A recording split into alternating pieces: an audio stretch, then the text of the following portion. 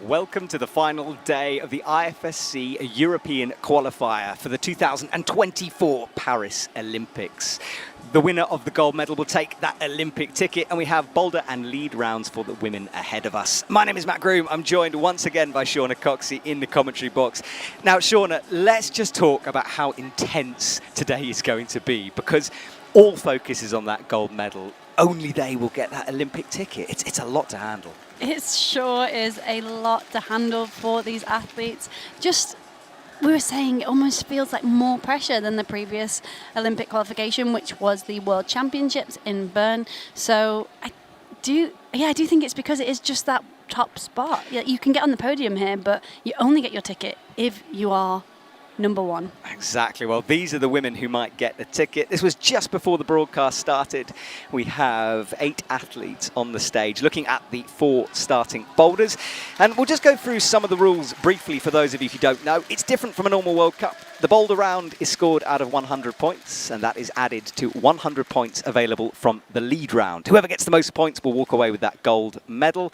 And there are 2 zones available on those boulders, and we'll go through that later on when we get to see them in action. But Shauna, look, you are an athlete still, of course, but you were a competing athlete a couple of years ago. Tell us what's going on here on the stage for people who don't know what on earth this is all about.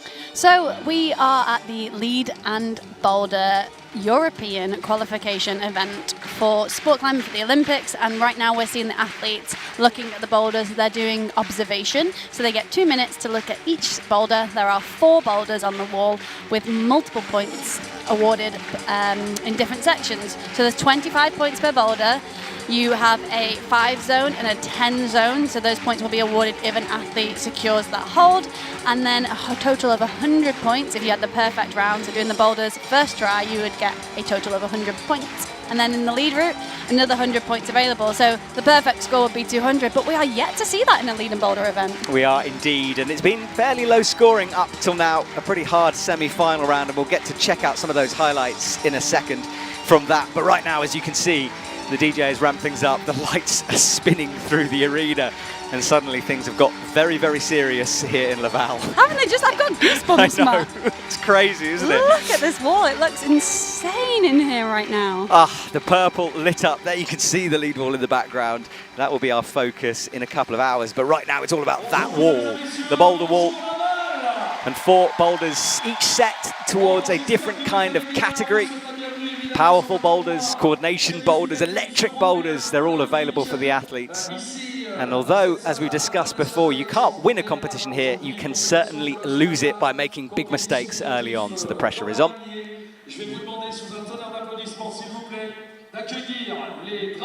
Just getting the French MC starting proceedings for us, hyping up the crowd. And it's going to be a busy day today. We've got women's finals, first of all, this morning, and this afternoon we've got the men's finals. Shauna, we're going to look at the list in a minute, of course, when we see the starting list of athletes. But Orian Bertone, an amazing round yesterday, super high scoring in boulder. Definitely the favourite on paper and in terms of her semi-final performance for today. She seems to be the favourite. She was the highest scoring athlete, but that kind of just adds a lot of pressure, I think. And, you know, this French crowd, they are really getting behind the French athletes, of course. They're great and really encouraging to all the athletes, but I do think it is adding that pressure on for sure. And it's undeniable. You can feel it in the arena as these athletes are being introduced. Look at the smiles on their faces. The crowd is going wild already. It's I was looking at the smiles too. It feels really special, this. And I don't mean to sound surprised. It's just we've ramped things up suddenly from a quiet stadium into this. And it's, It's exciting. Now, Jenya there from Ukraine, one of the contenders, 2 German athletes, an Italian athlete, Serbian, of course, with Stasha, and 2 French athletes. That is a good mix that we have in front of us in terms of nationalities. It really is, and like we said, look at those smiles. They're all very proud and excited to be on that stage right now, and their eyes flicking over to the boulder wall, understandably, as they stand and are presented to this French crowd. Now, of course, this is a big moment, but it's not the only opportunity these athletes will get to get an Olympic ticket. We've given a few away already at the Bern World Championships. Then we've had the Continental Qualifiers recently in Chile, South America for the Pan Ams. This is the European one. Then we're off to Jakarta for the Asian qualifier, then Africa, and then Oceania in Australia to finish things off. That's this year. Next year, there's the OQS series, so they will get another chance. But Hannah Moyle there on screen from Germany, just 22, and certainly one of the favourites here.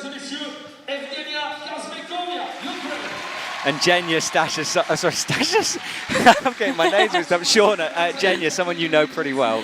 Yeah, Jenya's a good friend of mine. I'm really happy to see her. She seems to have really found her stride in this competition, and I can't wait to see her on the wall. And Camilla Moroni, we were saying how much we enjoy watching her climb in terms of style. Oh, that woman can fight on a climbing wall. It is incredible and inspiring to watch. It really is. Well, next up, Zelia Avazou. She's a young French athlete. Her brother is in the other finals. And yeah, she looked almost surprised when she did so well on the lead route, but she deserves to be up there on the stage. Sure does. And Stasha Gero from Serbia. She's certainly one of the crowd favourites. Big smile on her face. Did well in the lead. I was impressed by that yesterday. And finally, Orian Bertone. We said she was the favourite on paper. She was in the 80s in Boulder yesterday. Did well in lead. There is a target on her back. Everyone is going to be watching what she does.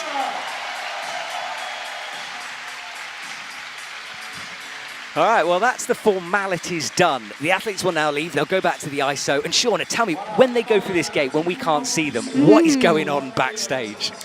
Yeah, it's funny. I almost forget that you all don't get to see what's going on in ISO because it's such a familiar place for me over the years.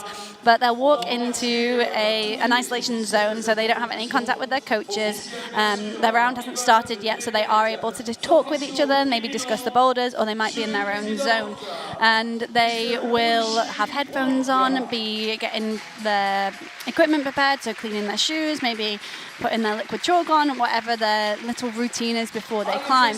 Of course, we'll see Laura climb first, so she'll probably get prepared now, and the other athletes may be having a little chill and trying to find that right headspace. There we go. So that's what's going on. Right now we're watching the semi-final highlights from yesterday. And a hard set of boulders. We say low scoring, and by that we mean there weren't many tops. Yeah, so with that 100 points available, we didn't see anyone achieve the 100 points or get that close to it, really. And it was a really wild round to watch because it was powerful, it was hard. It was good to see the women get a really hard set. It wasn't a flash fest, so they weren't kind of just looking for like really quick sends. We got to see them really battle on the wall. Yeah, and we're watching Camilla here. There were a few tops, of course, along the way, and we're seeing those tops, the highlights, as we said. And you can go and watch the highlights on the IFSC YouTube channel if you want a condensed version of yesterday's broadcast. Boulder 1, we're watching it there. So important to send, as a lot of them did. But the other ones like this, moments like Stasha topping, was very important for her score. Wasn't it just? We only saw 2 tops of that boulder. There were only 2 of the boulders only had 2 tops, actually. So, yeah, very low scoring round, like we did say, but it kind of added the pressure on to the athletes as they moved through the round if they didn't get early tops. And we saw athletes like Zelia come out on this last boulder here. We're seeing Orian right now, and getting that 25 points. Just, yeah, it kind of really did add the pressure on because it was such a hard round. Yeah, and for us as a viewer, I mean, it's so exciting because the action continues right to the very end. You know, Mejdi yesterday pulled out a top to save, really, his semi-final round. So anything can happen in this. It really can, and with it being a point system as opposed to a ranking system, it means that once we're done with Boulder, you can kind of get a vision of what is going to be needed on that lead route in order to progress to the next round. Or to get an Olympic ticket, because that is what is on the line today. You got to start saying it. I've got too many goosebumps going on here. We're watching the lead. That scored out of 100, as we said, and we'll explain the exact process. But again, another hard one. No tops on that either. No tops, and I spoke with the route setter this morning. He was a little surprised. I think he was expecting the women to get a lot higher on that route. I wonder maybe if they're feeling some fatigue and carrying that through from the qualification round as well, because not only did these women and men compete in semi-finals yesterday, where they did a full boulder round and the lead route too, they also went through a qualification process to get to the semi-finals. So there's been a lot of climbing happening in the previous days. I don't know how you athletes do it, honestly. I lose my skin after a day's bouldering, let alone days of bouldering. So, yeah, it's a bit of management like that, fatigue, but at least everyone is on the same position. They've all been climbing the same time, so it's a level playing field like that. Of course, yeah, and also important to remember, we don't just see the athletes, or we only see the athletes competing on this stage, but they do a full warm-up routine as well. So they've been doing a lot of climbing. Exactly. Well, these are the top 8. Orian Bertone will climb last as she qualified in first position. Laura Rogera will be out first as she qualified in last for this final. That doesn't really make a difference, but it will count if there's a draw to count back. And also some athletes like climbing last. They like feeling that atmosphere. Yeah, I'd almost argue that it can make quite a difference when you're climbing, because one of the big things that happens is if a boulder is figured out by one of the athletes, the crowd start to learn how that like what the beater is, how that might look. So therefore they'll cheer at the right times or different times. So I think, yeah, there are some differences between climbing first and last, and advantages to both depending on the circumstance. Well, that is the challenge they have, and Laura is on boulder number 1. First time we get to see this, but of course, Shauna, you and I had a look at this boulder, and there's some powerful moves in here. Really powerful moves, but some heel trickery here, as we're seeing Laura do. The route setters did say that you can kind of get some sneaky heels in. We also know that the hold just above the 5, so she just slipped holding that, is incredibly bad. It looks pretty good on screen, and actually standing underneath it, it looks quite good. But chatting with Garrett Gregor, who is the head setter here, he said if their heel pops, if they make a little mistake, they will be off the wall, just as Laura did there. So hopefully we can see her make a little adjustment with the heel, maybe be more mindful of her connection with her feet in order to not have any slips and therefore not fall off. There we go. Well, she's aiming towards the first zone. There is the 5 points, so she'll be awarded that as she's using the hold. And then this is the hold you said was bad. It does look like a jug, doesn't it? It looks really good, yeah. But it really isn't. And Laura is struggling, full crimp strength on that, but now she gets her hands onto the big dish ball thing. Yeah, and we know this is a bit of a wrestle, this bit. The hold that she's on now, she has to wrap her arms around and really compress and squeeze. She's looking for a bit of a knee bar with her right leg here, but you can see her hands are fully open. She's just having to really get involved and have a good fight and wrestle with this ball, but that 25 points is in her sight, so she's going to want to be fighting as hard as she possibly can. Yeah, she's one move away, and again, the final hold is not a jug. It looks big, but it's not. That's what her feet are doing. That's the final hold, and she's slipping, that right foot going down. Her right foot has slipped. Her shin is on the edge of the hold right now. How she's holding this, I do not know. Impressive fight from Laura here. Yeah, this is gutsy. But imagine the skin and energy she's losing, and she does slide down. This, for me, is the hardest thing, because she's got 2 minutes left. She's obviously got the 10 points, but, you know, to get that close and not be awarded the 25, it's hard to pick yourself up again. I mean, she could almost touch the 25 with her head, but she couldn't let go with her hands. You know, she was so close then, but the position she was in didn't allow her to move, because she was just fighting to stay on the wall. So if she moved any limb, she was going to fire off. As we saw, she just slipped down. And you mentioned skin just now, so we're talking about skin on their fingertips when we say that, and as they slide down these holds, the skin does start to wear off. And of course they went through a boulder round, so 4 boulders yesterday they tried, and a lead route. Then they'll have done a full warm-up routine before that, and then again today. The warm-up wall here is absolutely incredible. There's a kilter board in isolation, which is definitely a little bit different to when I did the competitions. I didn't retire that long ago from comps. But yeah, it's worth considering that, yeah, what we see here, they're not fresh.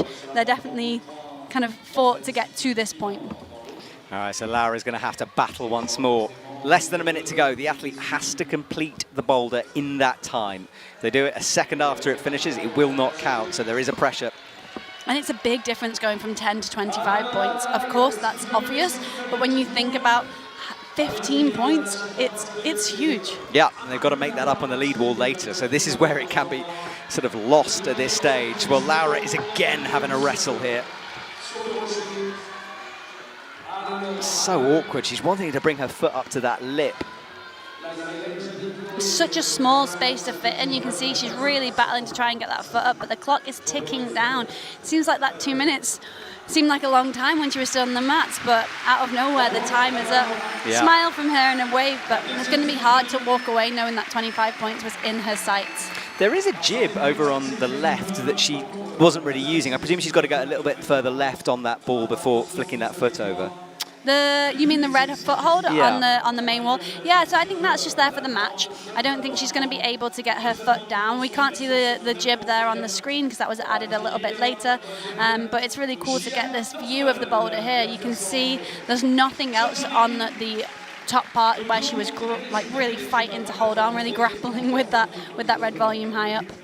Yeah, there is that zone hold. This is a 3D render, and as Shauna said, there might be a few holds that aren't there, and there is one on this boulder, but fundamentally it is the same, so off the 10 towards the 25. And you get a little look here at the 25, so there's a hold on a hold on a hold here, and that is just to move the hold further away from the wall, make it slightly better, but it is not a jug. So we may see athletes hit their last hold and not be able to hold it or match it. I hope we don't, because I don't want to see them drop that 25 with it in their hand, but we've seen it before. We have indeed. We saw it yesterday, in fact. We did. So yeah, keep watching till the very end. Lucia is on for Team Germany. Big move out, stabbing onto the wall with a foot to stop that swing. Yeah, we saw her lose the heel. Maybe just her mind wandering a little bit and focusing on the top section of the climb. And kind of great setting and really insightful from the route setters to know that if they did lose that heel, they were going to pop off, and they expected that to happen. They want to make the athletes fight for every point that they get on the wall, and we've seen both our athletes, Laura and Lucia, kind of hit the 5 straight off coming out, but that is a very feisty move to walk out to. Really impressive from both of these athletes so far. Yeah, they've done well out of the starting blocks. Lucia has another look, 3 minutes left on the clock, and we will have 2 athletes climbing at some point, but we start off with just 1 on the screen. See her again with that stab out towards the right. Now this is where she'll now know how bad that right hand is and perhaps just focus a little more attention on it, because it did fire off before. Yeah, it was a heel, so she wants to keep that tension with the bottom foot, which she's doing. You can see she's really focused on that. So now she's taking the foot off and building that foot nice and high so she can really get involved on this higher volume here as she's doing now. Really wanting to tuck that foot in. Great climbing from her. She hits the 25. Can she match it? She does. Yeah, match for her. Quick second go. Didn't need that foothold either on the left, which is interesting. No, it looks quite far away, the foothold, so I do wonder if we'll see anyone use it. I think the vision was that they would have to go quite dynamically to that top hold. However, Laura trying to get in that ball and then Lucia making that work. I wonder if we'll see most of the athletes trying that way. If they are shorter, they'll fit in that space more easily.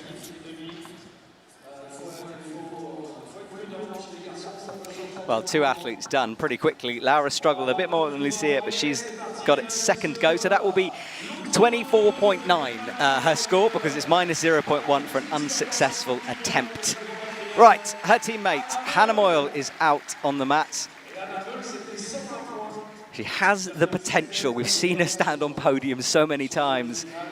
And she's certainly worth a gamble on if you were a gambling person to take this ticket. But I mean, look, we were saying this yesterday, there's 8 athletes who could theoretically take it if they have a good day here today, so we can't predict yet. It's impossible to predict. I really do think we'll see a lot of surprises throughout the qualification process, and that could definitely happen here today. There is no safe bet. No. Not that we would bet. No, absolutely. All right, well, Hannah, first time on, goes up with the left hand, will change her mind on that. Yeah, coming down and opting for that heel. She really needs to keep that tension through the heel now, so we don't want to see a pop again, of course. She does so and reaches around to the top. There's not a lot to reach for there, so she's going to have to get super high to be able to get some compression when she brings her other hand up as well. And that thumb in the hole on the jib, that is allowed because it hasn't been blocked. The thumb in the hole on the jib. Yes. So that's her left hand is on a pinch. So where her thumb is, there's a little hold. That little hold is what we're referring to as a jib. So that's screwed onto the volume that she's on here. So screw holes are allowed, and the butt holes in the wall are not allowed. Okay, there we go. Just to explain that, thank you. All right, well, Hannah's doing a Laura sliding. Look at that right hand as it goes. Trying for the high heel, but there's nothing really there. Opting for a left heel, which I'm not sure is going to help. It's going to be really difficult to move to the left. If she puts her left heel up, she really is going to need a right foot. I believe the setters were intended for this to be quite a dynamic move, potentially a bit of a pop to the 25, where we saw Lucia really get that foot nice and high and tuck into a really stable position. It was great climbing from her, and as the round progresses, we'll see how important that was. Yeah, absolutely. Lucia's really come on in the last couple of comps, been watching her, so she's I mean, her scores wouldn't necessarily say, I mean, in lead she was 37th in copper, but, you know, she's just started to appear more and more, and she's coming on. And having someone like Hannah in the team who's so experienced can only help Lucia sort of learn, I guess. Definitely, coming from an experienced team, I think, has its benefits if the athletes work within the team for sure. You know, there's a lot of kind of history within the German team with Jule Verm, a previous world champion. So yeah, it's cool to see so many different athletes from different nations really progressing. And if people are wondering where some of your favourites are, the athletes won't be here if they've already got tickets. So someone like Janja Garnbret, Jakob Schubert, you know, those they European can't be athletes. Here. They weren't invited. There we go, exactly. They're not even allowed through the door. door. So they are staying away. So I'm sure if we'd you're let wondering, them watch. Maybe. If they wanted they to. could come and join and take my job in a commentary box. It'd be great. But no, they are not here if you're wondering where I they thought are. you were going to say my job then. I was like, thanks, oh, no, Matt. You're getting rid of me already. No, I wouldn't dare. All right, so Hannah pulls on again. And it's hard to see from this angle, but she's on a corner here, and a ret, we'd say, in climbing. And it just changes the nature of the boulder a bit. Yeah, so you can see she's kind of jumped around that corner there. It was a great description, and she's having to flick her foot onto the pale wall in order to stop that swing. So Hannah goes again, out with the left hand. I think she should change things up, take that left heel away this time. Let's see. Yeah, she looks higher now. See, she's building those shoulders up, but she's really fighting to just stay on. She's moving her hands more and more and more, just trying to find some grip. When she's up there, she's been slipping the entire time, and her time is up already. It seems to be, I feel like time's moving a little bit quicker today. Yeah, it is on that. She looked down at her forearms, and that's the thing. So you can really scrape them by holding on. That's going to sting in the shower. Oh, yeah, it does. It really does. Yeah. Yeah, the athletes, if you've never seen an athlete after a comp, if you get the chance, look at their arms and their knees. It's always battered and bruised. They put themselves through absolute hell out there for our entertainment. But the thing is, I say our entertainment jestingly, obviously, but, you know, they fight out there. They don't want to let go. It doesn't matter about the injuries or the scrapes and bumps. Yeah, they will be pushing themselves because getting an Olympic ticket today would really change what their season setup is for next year. There is another opportunity to qualify, and that is the Olympic Qualifier Series taking place next year with 2 events and 10 athletes in lead and boulder for men and for women being awarded their spot. However, if you qualify here, you get to narrate your journey to the games, whereas if you don't, you have to do that Olympic Qualifier Series. Yeah. And there's still no guarantee that you'll get there. Oh, exactly. Get it now and get it out of the way. Well, Janja Kazbekova is on. And I've been so impressed with her just general attitude during this comp. She just seemed very focused in herself, very calm whenever she's on the mat. Yeah, I really feel like something's clicked for Janja, and I hope we get to see her perform as well as we know she can here today, because when she's on form, it's really cool to watch. It is. All right, what can she do? She's going to have to wrestle now. Brings the right toe up, slaps with the left, and you can just see finding a bit more grip than Hannah seemed to on this. So I believe this is the position the route setters were expecting them to jump from, towards that 25. However, Jenya's got that toe up. Can she make it work? She's looking good right now. That 25 in her sight. It's good that she's got that right foot up. Oh, she needs that right hand to stick, and it does just. Now gets the heel and makes the match. Oh my goodness, what an effort from Jenya. She won something from the crowd. She, I think, was ready to fall there, but her body wasn't going to let her. Jenya has gone away from previous competitions, gone away from the World Championships, worked on her weaknesses, and wow, that was so impressive from Jenya. Impressive indeed. Well, We're she jumping leaves. around in the commentary box. I know, well, it's hard not to, really. It gets so involved. And the crowd has been filtering in. There's a good atmosphere here now. It's pretty much at full capacity. And well, let's watch Jenya again. So she got this high foot up, found the slap, and it was all about that right hand. I was watching it because I knew she had to take the left off to go. Yeah, so when she hit this top hold, she compressed between her two hands. She just really created so much tension with her body, and she looks strong here today. She looks composed, collected. I saw her after the semi-finals round, and I was like, something's clicked, and she went, I know. And it was really cool to see that fire. Yeah, she's certainly a feisty competitor. So yeah, Jenya jumps to the top of the leaderboard. That was a flash, so she gets the full 25 points. So and that looks good on the leaderboard, having that 25 does, there. doesn't it? I mean, it's just that feeling of job done. Now, we've got two athletes on as we progress. Laura is on the techie boulder at the end, so it's a slab. And but some physical moves, and Camilla is in the background. She starts her journey towards the wrestle, which I'm going to call it. Tricky foot swap here for Laura. Yeah, so very delicate climbing. This is the technical boulder of the round, and it's going to make her really have to think about her movement and be patient with her foot placements, really forcing the climbers to be present on the wall and not let their mind wander, not lose their focus. It's a very delicate climb.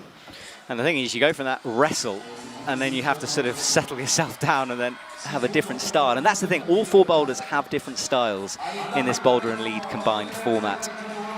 Laura stretches up towards a very shallow pocket without great friction in there for that 10, and Camilla takes a fall on the arête. Look at this from Laura. This is her flash attempt. Her right foot bobbled there. Yeah, really strong progress on her first attempt from Laura. She has the 25 in her sights, but can she keep it together for this last move? She's super low on this jump. Hits it with the left momentarily, but fell. Yeah, so she's going very dynamically to a very bad hold. And on slabs, if you've got too much movement when you hit a bad hold, you're not going to be able to stick it. So she needs to go dynamically and then pause. Camilla is back up on boulder 1 here, and we see her getting that heel in. I think she had a little heel pop last time, so hopefully she'll be able to be more mindful of that on this attempt. Yeah, she's got 2 minutes on the clock, lots of time. Bumps out left. Yeah, it's such a hard move to hit like that because it's so bad. You know, she's almost bumping into it, trying to catch it. Yeah, she's going quite feisty on this. She seems less controlled than when Jenya was climbing. You know, every movement was deliberate and focused. We know on boulder 1 that you can't make any mistakes. It's an unforgiving boulder. It'll spit you off, very similar to boulder 2, actually. The route setters have been very clever to ensure that the climbers are not allowed to make any mistakes. They have to be really precise in their movements, in their foot placements, and in their body positions as they move through these boulders. So Laura is going once again up to the dish. She looked controlled, and she looks better second go. She will have learnt the moves, of course. Camilla just in the background there, starts a big bump up to the bad hold, and now she's got this move that she wasn't getting before, and again, missed the jib that time. Yeah, so we're yet to see Camilla get the 10 points on the first boulder, which is a surprise. I think we've seen all athletes gain that 10 points so far. Meanwhile, Laura making good progress again on boulder 2, but she's not looking comfortable for this last move. She seems to be moving really focused and steady through up until this move. But then, yeah, the final move proving difficult for Laura, and that's a tricky place to be because she's now been at the top of 2 boulders, 25 points in her sights. So suddenly it's going to be, I think, starting to really pressurize that situation for Laura. Yeah, we've seen Laura sometimes go to pieces just a little bit when things get like that. So fingers crossed for her. We're with Camilla now. Eyes up that jib, hits it this time, much better from her, more static. And crosses through, so she's going to be getting the 10 points for this, which she needed. Much better from Camilla, but feet cutting. How she held that, I don't know. She looks solid in this position, but can she move and make it to the 25? Close, but not quite high enough, and not enough time to have another go, unfortunately. I think that method could have worked for her, but she is out of time. All right, Camilla goes. At least she got the 10 points, so she's in touch. But as you said earlier, big difference. There's 15 points between the top zone and the final hold is a big one. Yeah, and we know Camilla is a boulder specialist, so she worked away from the boulder round yesterday with 84.6 and the lead of 51.1. So unfortunate to not see her at the top of that one. Now, as we have a look at this 3D diagram, there'll be another hold here. I'll show you which one it is in a sec. So we start off down low, stand up, and then that yellow volcano-like hold beneath the... trying to describe it. Underneath the 10, go down, blue and yellow, then there's a yellow hold. That is different than on the graphic. Only slightly different. Yes, exactly. It's a bit, well, a bit worse, I think, than it looks on that graphic. It is a bit worse. Yeah, they've been quite harsh and made it a little bit harder. All right, Zelia Abazou is about to come out to a big reaction from the crowd. You see it joins her on the mat. I'm so impressed with Zelia Abazou. Like, I've been watching her coming from the youth circuit for a while. It's like everyone knew that she was going to be good, but she is so, considering how young she is and she's made that transition, she makes it look very easy into this senior world. Yeah, 19 years old. She climbs with such composure, and I remember speaking to her in Bern, and she said, "Oh, I'm nervous for the lead. I'm not a lead climber." I would argue against that for Zelia because she's had some incredible lead performances at this competition. She is, however, wrong-handed currently, so I think we'll see her either try and make a match on arguably the worst hold that's on this entire wall. Yeah. Not the way that it was planned. These climbers, they don't have to climb the route the exact way the route setters plan. They can do whatever they want on that wall within the rules, but they have to start where the tapes are, so 4 points, so 2 hands, 2 feet on the green tapes at the bottom, moving through those zones and finishing at the top. They don't have to use the zones if they don't want to. As long as they start at the bottom and finish at the top, they can kind of go their own path, but there will be a way that the route setters deem the original beater, and that is generally the easiest way, unless there is a beater break that might happen, so something that isn't planned and isn't seen by the setters. However, every single idea when we were looking at the wall that you and I came up with, Garrett said they'd tested and they tried. So yeah, a lot of time, energy and effort goes into making sure these boulders are perfect, and they want the athletes to be able to display their best selves. Yeah, that is the plan. You'd see it falls back through the middle. Zelia goes up better with the right hand that time. Much better. Great adjustment from her, but she does lose the heel. Maybe a little bit of nerves playing in there, you know, just losing that focus slightly. Yeah, I like It's a big day. Yeah, it is. It really is a big day. Well, if you're just joining us, welcome to Laval, Northern France, for the European qualifier for the Olympic Games. My name is Matt Groom, joined by Shauna Coxey in the commentary box, and we're watching the women's round of the final. Boulder first, then lead. You can see it now starts going across again. One of those boulders where it's hard to really see a handhold until you get to the pockets. It's all about pressing and opposition. And I mean, look, that's a handhold, apparently, the very edge of the boulder, of the volume. Yeah, so the athletes, they can crimp the screw holes, as you see here. There aren't any butt holes in the wall. If there were, they wouldn't be allowed to use them. They can't use the butt holes for the T-nuts and the volumes, but they can use screw holes. A bit of a nuanced rule there, but important to note. So you will see them trying to crimp screw holes quite a lot, which, yeah, is an acquired taste. Yes, it is. Gross is what I call it. It's a real savage crimp when they do that. I remember Brooke Rabatou standing in a screw hold way back in the day, and then everyone realised you could sort of do it from there, and we've just seen it so much. It's incredible what they can stand and hold on to. It sure is, and Brooke is one that can really make screw holds and very bad footholds work. Yes. All right, well, we've got less than a minute now. Zelia is having a rest. And we stick Lucia. She creeps away over, crimping the edge. That's what we were talking about before getting a palm on. Yeah, you can see she's really having to think about her weight going in to the wall so she can get all her weight through her foot here, taking her time to be really delicate, and we know that this is a hard foot swap on Boulder 2, so we haven't seen her progress too high on this boulder yet. No, with 24 seconds to go, Zelia is done. That's surprising. Yeah, so tough start for her. And I tell you what, Laura made this slab look easier than it is as well, I think. And Jenya made the first boulder look Yes. easier than it is. So for Zelia to walk away having not got that 25 points, I imagine knowing that it's been topped potentially by, like knowing it's been topped by multiple athletes. Because when you're in isolation, you don't have the results of the boulder that you're about to walk out to. But you can hear so much from the crowd. Yeah, well, they have different styles, of course, so maybe it didn't suit Zelia. Maybe she'll have one in the future. We'll see. Next two athletes are waiting. We saw them on that shot, and that was Zelia head in her hands as she came down. So not the best start for her, but it is 10 points on the board.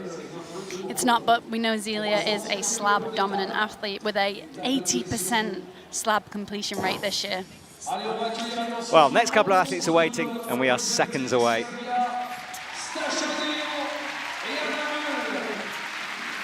So Hannah Moyle stands looking at the crowd, as does Stasia Gale, qualified in second to last place. So good round from her yesterday.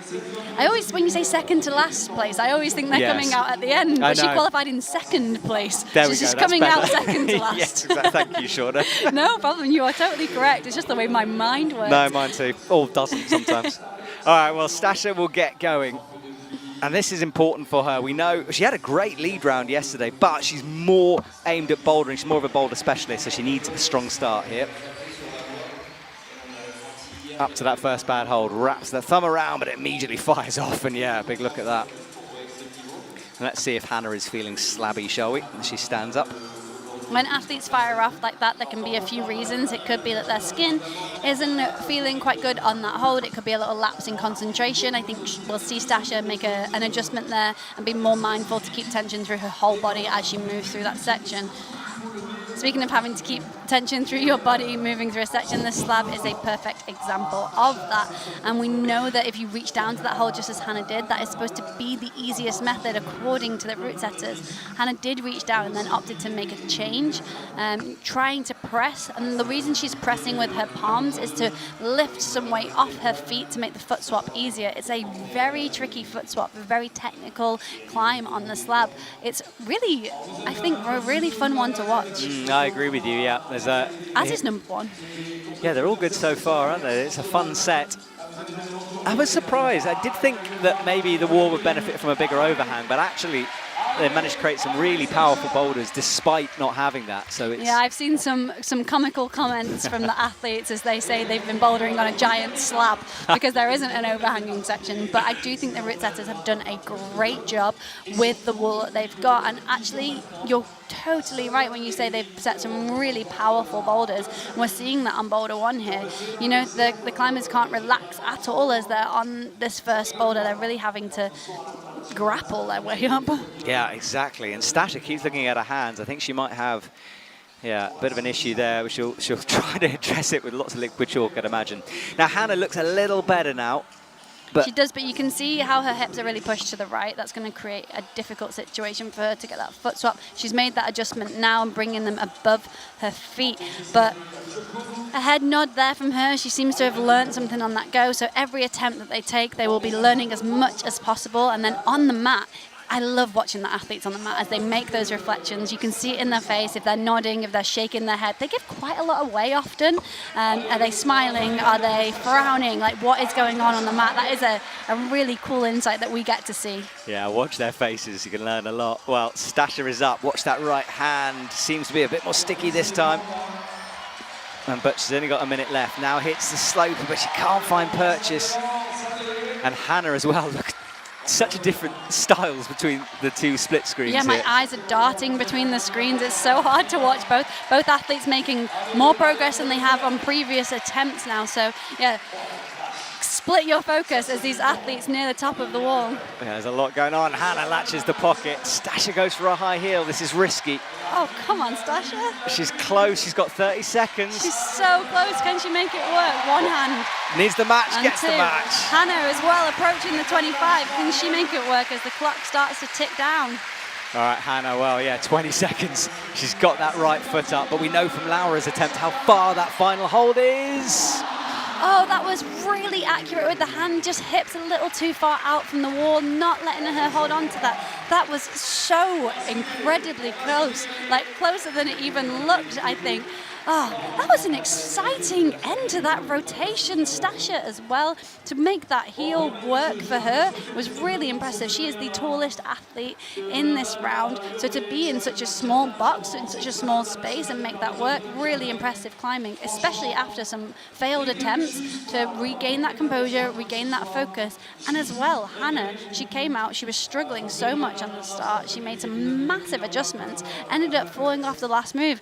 Really impressive climbing from both of the athletes now. Yeah, well, it was a good round, built towards the end, and lucky for Hannah. All right, well, Orian Bertone runs on. And yeah, the crowd's reaction, as expected, is awesome. Oh, there are flags waving all over this crowd. Oh, yes! I hadn't even noticed that. It's gone wild in here. Yeah, hopefully we'll get a shot of that at some point, because, yeah, there's lots of French flags in the audience. OK, Orian Bertone pulls on for the first time. She's off the mats and underway. And then Jenya is on the slab down at the end. What can Orian do with this wrestle move? She needs to make sure of the heel, first of all. She's looking very good so far. Strong stuff from Orian Bertone. Gets the arm involved as well. Moves that left hand all the way out. This is her flash attempt, remember. If she can get this, it is the maximum 25 for Orian Bertone. What a start for her competition. What a start. I didn't say much to that because I didn't get much chance. That was a great display of impressive climbing from Orian Bertone, and the crowd loved it. They really seem to have pumped up the energy in the building right now. And yeah, Orian looking like she means business today. Yeah, as does Jenya. Look at this. Good footwork as she nears the final jump. It's quite blind, isn't it? You see her looking, trying to see the blue jib. Great work. Oh, no! Oh, so close. Her body turned away from the wall, which actually worked for her to be able to get some contact with the hold. You can see here just how bad that is. I think we'll see Jenya make a little adjustment here, maybe go slightly slower to that top hold. That was really good climbing from Jenya. I love watching Jenya climb on a slab.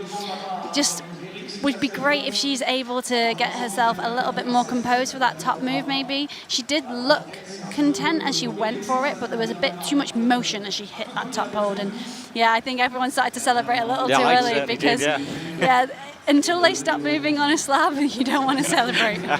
Yeah, my hands were up in the air as she got the right hand on. All right, well, she's got time. She's got 2 minutes left on the clock and made the bottom look pretty cruisy. So we're expecting Jenya to get back there, hopefully. Let's see. Run and jump start, pressing into that starting hold. And she starts to go over towards the left.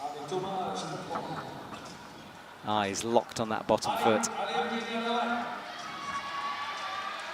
So interesting, the difference. And Matt, you've not pointed out the colour coordination. Oh, I haven't, yeah, true. Blue and yellow on blue and yellow, love it. Thank you, setters. Ukraine colours there on the wall.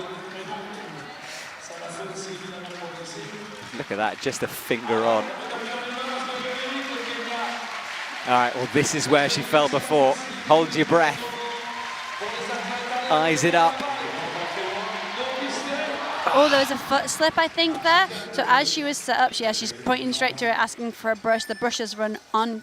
What the brushes are doing is they're removing any residual rubber or chalk that's left on the wall to improve the friction. Hopefully, that is the plan. Jenya now has less than a minute, though, so there's 25 points been in her hand. She doesn't have those because she didn't control the top, and these are going to be an incredibly important 25 points to gain. We know Jenya's capable of climbing slabs. She's a very impressive slab climber, but doing it when all this pressure is on in only this amount of time is a really difficult thing to do. Yeah, it is. 30 seconds, and she'll hear the beeps soon.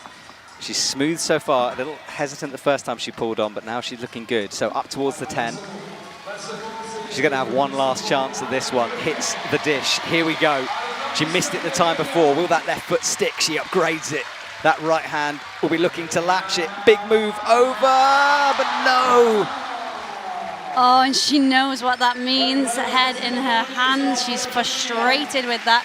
She had the 25 in one hand, brought the other hand up, but she didn't control it. There was no point at which her movement stopped. To stick that, she needed to have her hips underneath her hands, no movement happening whatsoever. That was such a close attempt for Jenya, and actually a really impressive climb to get back up there with the clock ticking down. It really shows her experience, it shows her maturity in her climbing. Yes, she didn't get the 25, but that was an impressive rotation for her. Yeah, well done, Jenya. She's going to have to go back and shut that out somehow and prepare for the next boulder. We just saw a replay of Orian. We blinked and we missed it. She flashed that pretty quick. This was how close Jenya came. Yeah, that back leg swinging out, pulling her hips away from the wall. So frustrating for her, and you can see there's emotion on her face. That's what it means.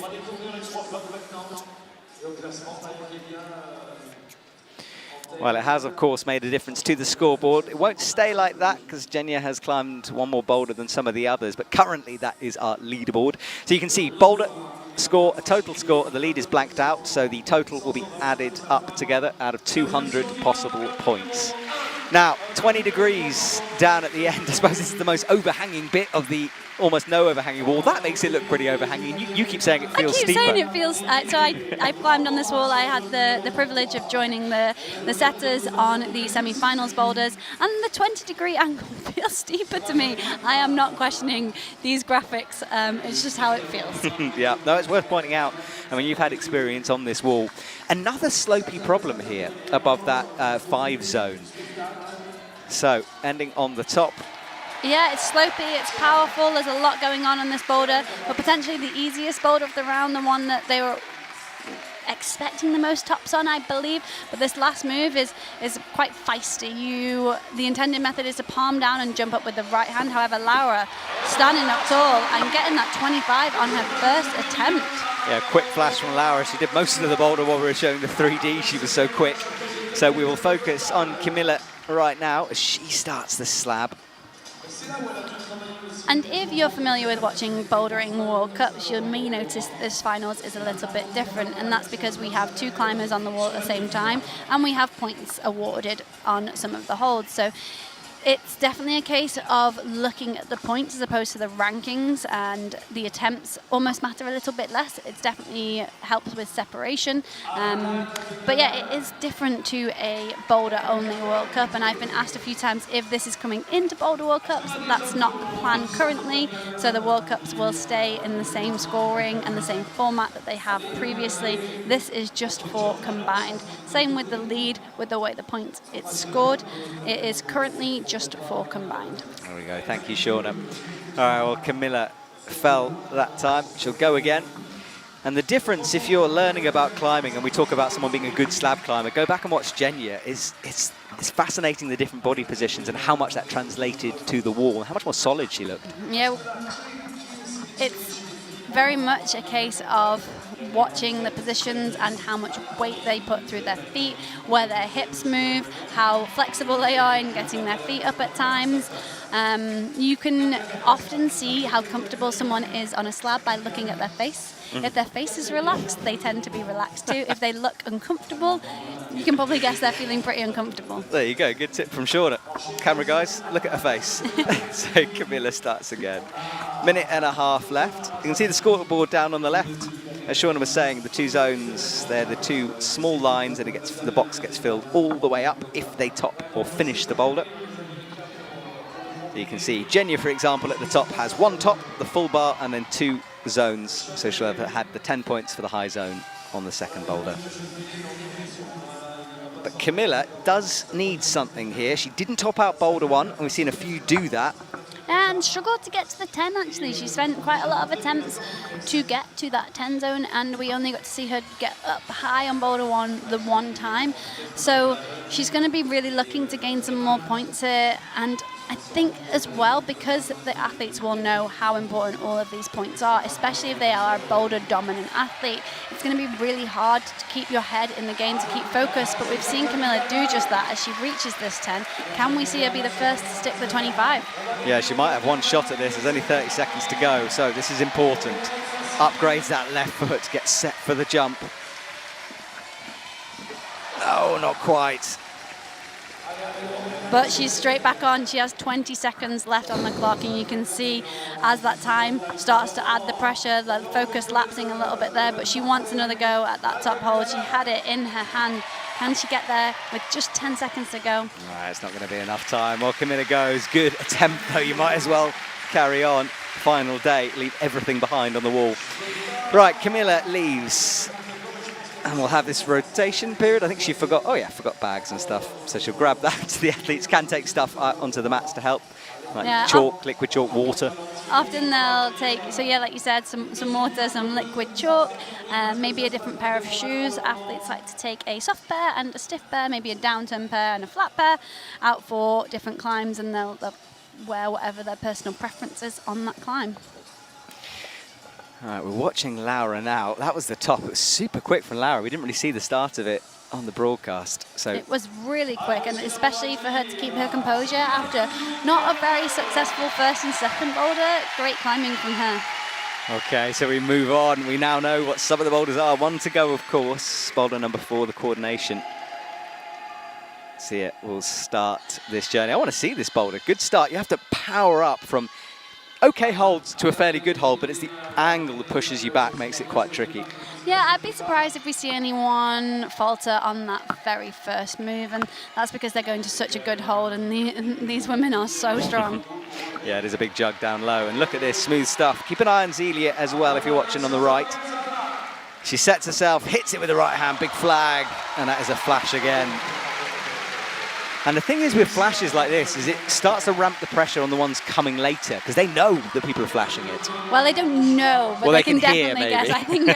Do they know? I think they know. You're right, so. But they don't know for sure. And yes, you're totally correct. It's ramping that pressure up, and they're really going to be feeling it, because, like we keep saying, this is a crazy, stressful event. But Zelia, not a successful attempt on her first boulder, but wow, what composure to come out and keep that focus. She has an 80% success rate on slab boulders in semis and finals this year, so can we see a top from her? We can. She had the palm to save herself, makes the top. That is a great attitude at the top. It was kind of like there you go, see?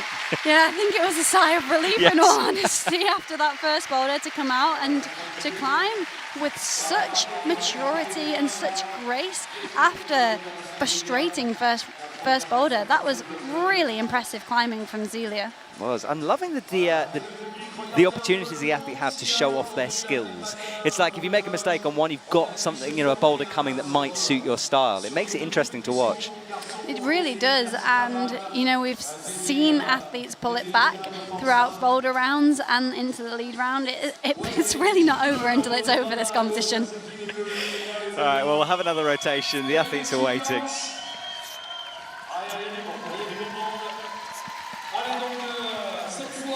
Hannah Moyle goes down towards the left. Stashigeo on the slab on the right. Here we go.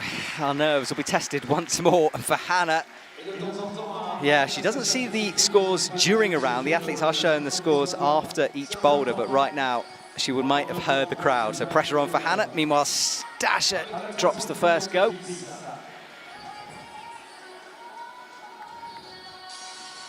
So Hannah jumps up, hits the jug. That's the big hold we were talking about.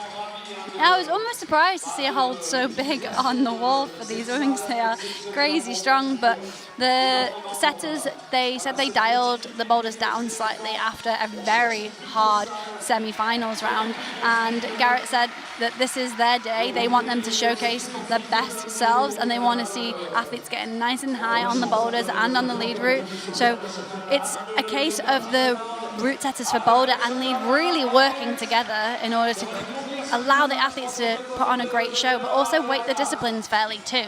Yeah, it's a big challenge those setters have. Hannah goes for the massive jump. And we can see that boulder is not a given. No. Yes, our first two athletes have come out with the flash, but it's a boulder that's going to require them to read it correctly for themselves. We've seen both the first athletes do it different ways, but yeah, you can't let that attention falter at all. No, it's not a gimme. You're right. All right, well, Stasha continues. She's got 2.5 minutes left here. That left foot is on the jib. Chalks up. And she's aiming for the very edge, as you can see, finger in the screw hole. Trust that left foot, creep the right up, but she's going to fall.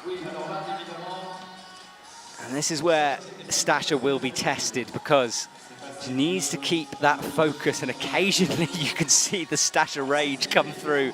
I'm hoping she can hold it all together, because you need to stay calm on this boulder.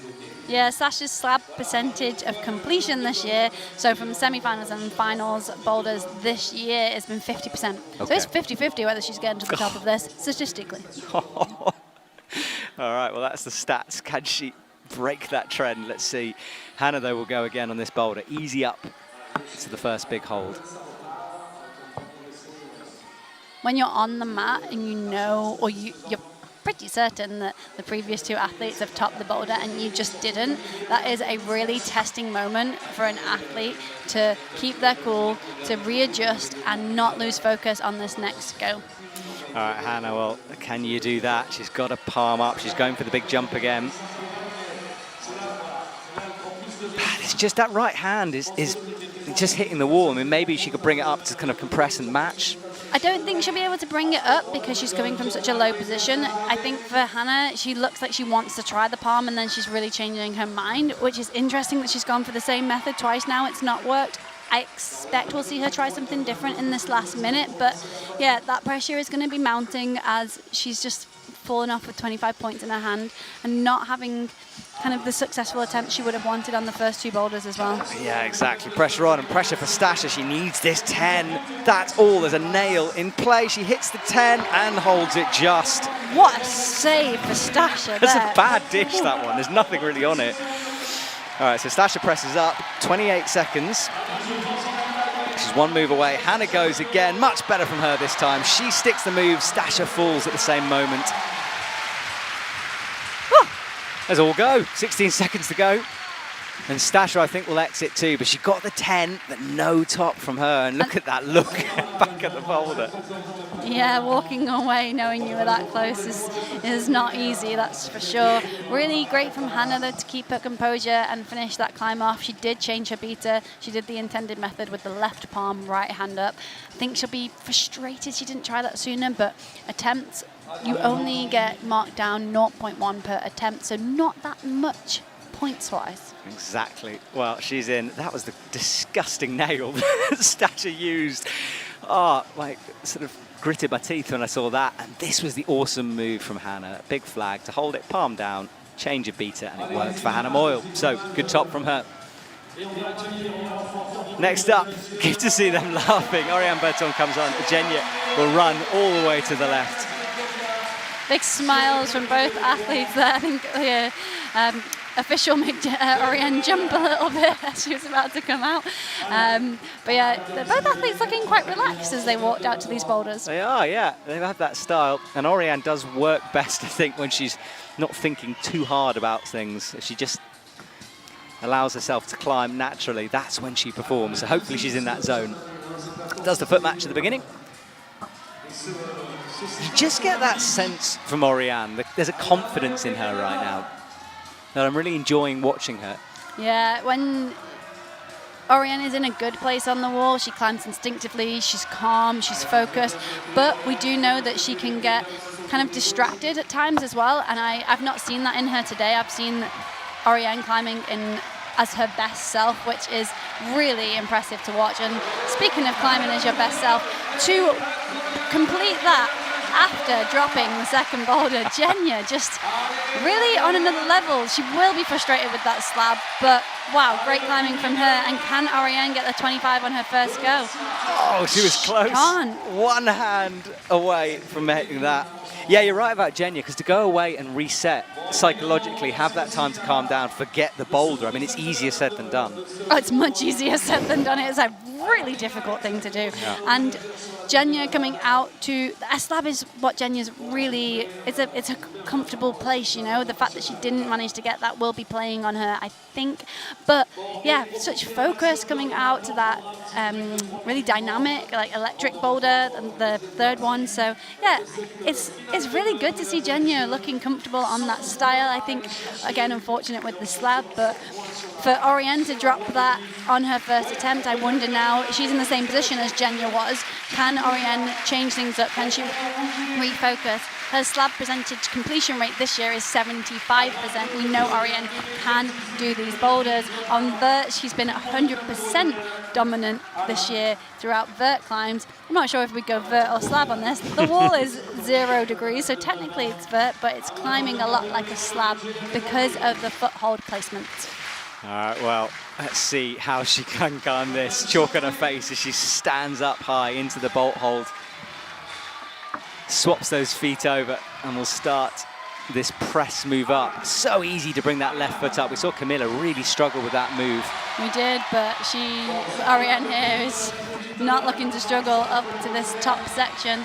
All right, into the pocket, but this is the move, really. And the crowd, they are behind her all the way. They want to see her get that 25. And she will get it, makes the match. Orian is on fire here this morning. Difference there, she hit with 2 hands. She went 1-2, allowing her to get a couple of fingers just right on the edge of that hole, but it allowed her to control the swing. And yeah, you can see what that means as she walks off with a beaming smile on her face.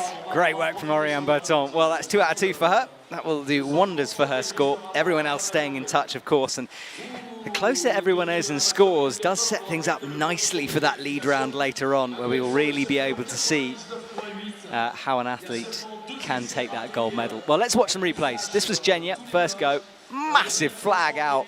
A huge swing for her. She was so solid in her arms in order to stick that and control that swing. Really great strength in her shoulders and core. And then this was Orian. Also great strength in Yes. fingers, shoulders and core here. And you're right with the match. I made such a difference. Instead of trying to bring a hand in, she hit both pretty much at the same time. Yeah, really, really quickly together in order to control that swing. So she wasn't standing up on the foot, which is what we would expect from a slab normally. She actually controlled the swing with her finger strength there. All right, well, this is the scoreboard as it stands. Remember, not all athletes have completed all the boulders, so take this with a pinch of salt. But currently, Genya in the lead after that top, Sia Dorfel and Orian Bertone. But remember, Orian has a few more to go. Going down, Laura, Hannah Moyle, Stasha Geo, Zelia Avazu and Camilla Moroni make up our top 8. And we'll have a little bit of a pause here about halfway through this boulder comp while we reset.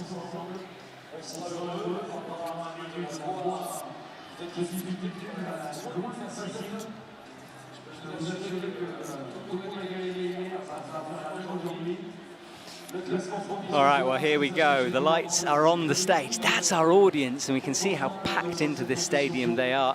The lead wall on the right, you can just see it peeking out. It's covered in purple lights at the moment, but the routes look really cool, actually. I'm just looking over at them myself. I'm excited. That's going to come after this. We'll have a bit of a break between the boulder and the lead, about half an hour-ish before we get going, Shauna, so we'll have a chance to look at those lead routes.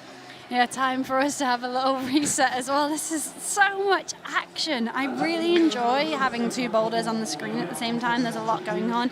It does, however, make the scores a little bit confusing. We can see Genya sitting in first place right now. However, she has done 1 more boulder. So we've had 4 athletes on 3 boulders so far, and 4 athletes have only been on 2. So there's still a lot more action to go in this boulder round, but I'm enjoying these boulders. What about you, Matt? I am too, yes. And it is, I keep talking about styles, but I just think they've hit their, because the setters get a list of styles they have to set the boulders to. Yeah, they get a brief. Exactly, a brief. And you can really start to see as the setters are getting better and better at this format, the difference between the boulders. And I think that makes for an interesting viewing experience and good for the athletes as well. Yeah, so the setters get their brief. They look for an electric boulder, a dynamic boulder, dynamic often being coordination style, a technical boulder, and then a power boulder. So they really want the climbers to be able to display all of their prowess on the wall. And one of the things I love about competition climbing is that if you have a weakness in your climbing repertoire, it is exposed relentlessly. Well, if you're just joining us, we're about halfway through the boulder round of the women's final. This is the next boulder, and Shauna, this is the coordination style moves we were talking about, some big jumps in here. Yeah, it's very dynamic, this boulder. 2 jumps, so one at the bottom, one at the top. The last move looks wild. I've said it a few times in this competition, and I will say it again. I like the look of this one. I'm intrigued to see if we'll see athletes trying to cheat their way around it. I say cheat, is it cheating? It's not, of course, but it's beta braking, so that is when you don't climb the intended method. And to me, it looks like there's a few opportunities for that on here. We were chatting with the route setters earlier, weren't we? And they were saying they've tried all of the beta breaks, and there are a few that are possible, and they're content with that, which I kind of like it when the route setters allow for some individuality on the wall. I completely agree, yeah, we like to see different methods. Well, the 2 Italian climbers run on. Camilla Moroni will be down on that purple climb down on the left, and then for the first time we get to see this coordination move, Laura on it. And if we were going to match climbers to styles, you wouldn't necessarily say this is Laura's preferred style, this dynamic You jump. wouldn't, but she often can find a way around, and she's gone away. She's been working really hard on the dynamic coordination boulders in order to improve her weaknesses. So, yeah, I don't think you can count Laura out on this climb. No, we'll have to see. Right now we're with Camilla. She bumps that left hand, hits the side pull, and she's one move away as well. I think she's just going to launch for it. She's that kind of an athlete. Let's see. That left hand is getting ready. A little hesitation, but really so very strong in the shoulder, nice and high. You could see her arm was bent at 90 degrees, showing just how much control she had. If her arm was straight, she'd be fighting much harder, but you're looking a little disappointed, and I think that's because of the previous boulders, not because of the flash on that one, that's for sure. Absolutely. All right, well, here is Laura. She's setting up for this. She's had a couple of goes. That's the second go on that boulder. And she's nodding. She's learning it slowly. She made the distance then to touch the hold. What she needs to do if she wants to hold it is to get as much her hand around as much as possible on that 10. It's a really good hold, the 10. It's a jug. It is. I'm going to say it. Yeah. Which is, again, we don't see many jugs on the wall. If there is a jug, it means that it's going to be quite a powerful, far or hard move to get there, and then a powerful, far or hard move from it. Yes. So yeah, this boulder is quite spicy. Yeah, absolutely is, and you're right about the jug. Whenever I see a jug, I just think, why? Why have they done that? What's coming before Exactly. and or after? Exactly. Well, Laura is struggling a little bit on these first couple of moves, but that's kind of the name of the game with a boulder like this. You have to just try it a few times, get it into your body, and that's what she's in that process. And she's got half her time left. And the crowd settling down a little bit, all eyes focused on Laura here. They're watching a chess game in action. Steps through. Gets ready for the kick, hits it with the left foot, getting closer and closer. Yeah, definitely closer, and are going to be an important 10 points for her to gain if she can get that. And of course, the only way for her to get towards that 25. So, yeah, I think this is possible for her, 100%, but can she make it work in the minute 20 that she's got left? Yeah, and that time factor is so important. You know, if you, again, this is Matt Bingo, but go to your local wall, try a boulder which is at your limit within a 4-minute time and see how hard it is. It changes everything. And then add the crowd, then add the pressure, you know. People are going to be coming to the comps now and trying these boulders, surely. You can't tell them that. So Laura going backwards a little bit here. She needs to reset with a minute to go. It is interesting though, because just to get selected for your national team can be such an arduous process to get there, then let alone dealing with all of the stress and intensity of competing, and then you add the Olympic ticket on top of all of that. Then these athletes had to qualify to get to this event. Then they did a qualification round, then a semi-finals round, and now they're in the finals competing for just one spot. Oh, why would anyone do it, Sean? I have no idea why anyone would do this. I'm glad I'm not out there. Yeah, me too. I'm just sitting back with a coffee. It's wonderful. No, I do miss it a little bit. I'm not coming back, though, because I get asked that question every single round. All right, I believe you, Sean. I believe you. Oh, so close from Laura there. Yeah, she's close. She's going to say goodbye, though. So that is the first zone, which is pretty simple to get that first zone, really. It's kind of a bit of a gimme, but the second one, much, much harder. And our first athlete to complete the boulder round, Laura, will finish with a score of 49.6 going into the lead round later on. Okay, well, her job is done. For better or for worse, that is her score. She'll be able to add to it later. Let's watch Camilla again. Love that slow motion. Legs go back and a scorpion behind her back as she reaches up with the left hand, makes the match. And then this was Laura. Just needed a bit more oomph perhaps on that. And you could see the fight on her face. She really wanted that, but unfortunately couldn't make it work.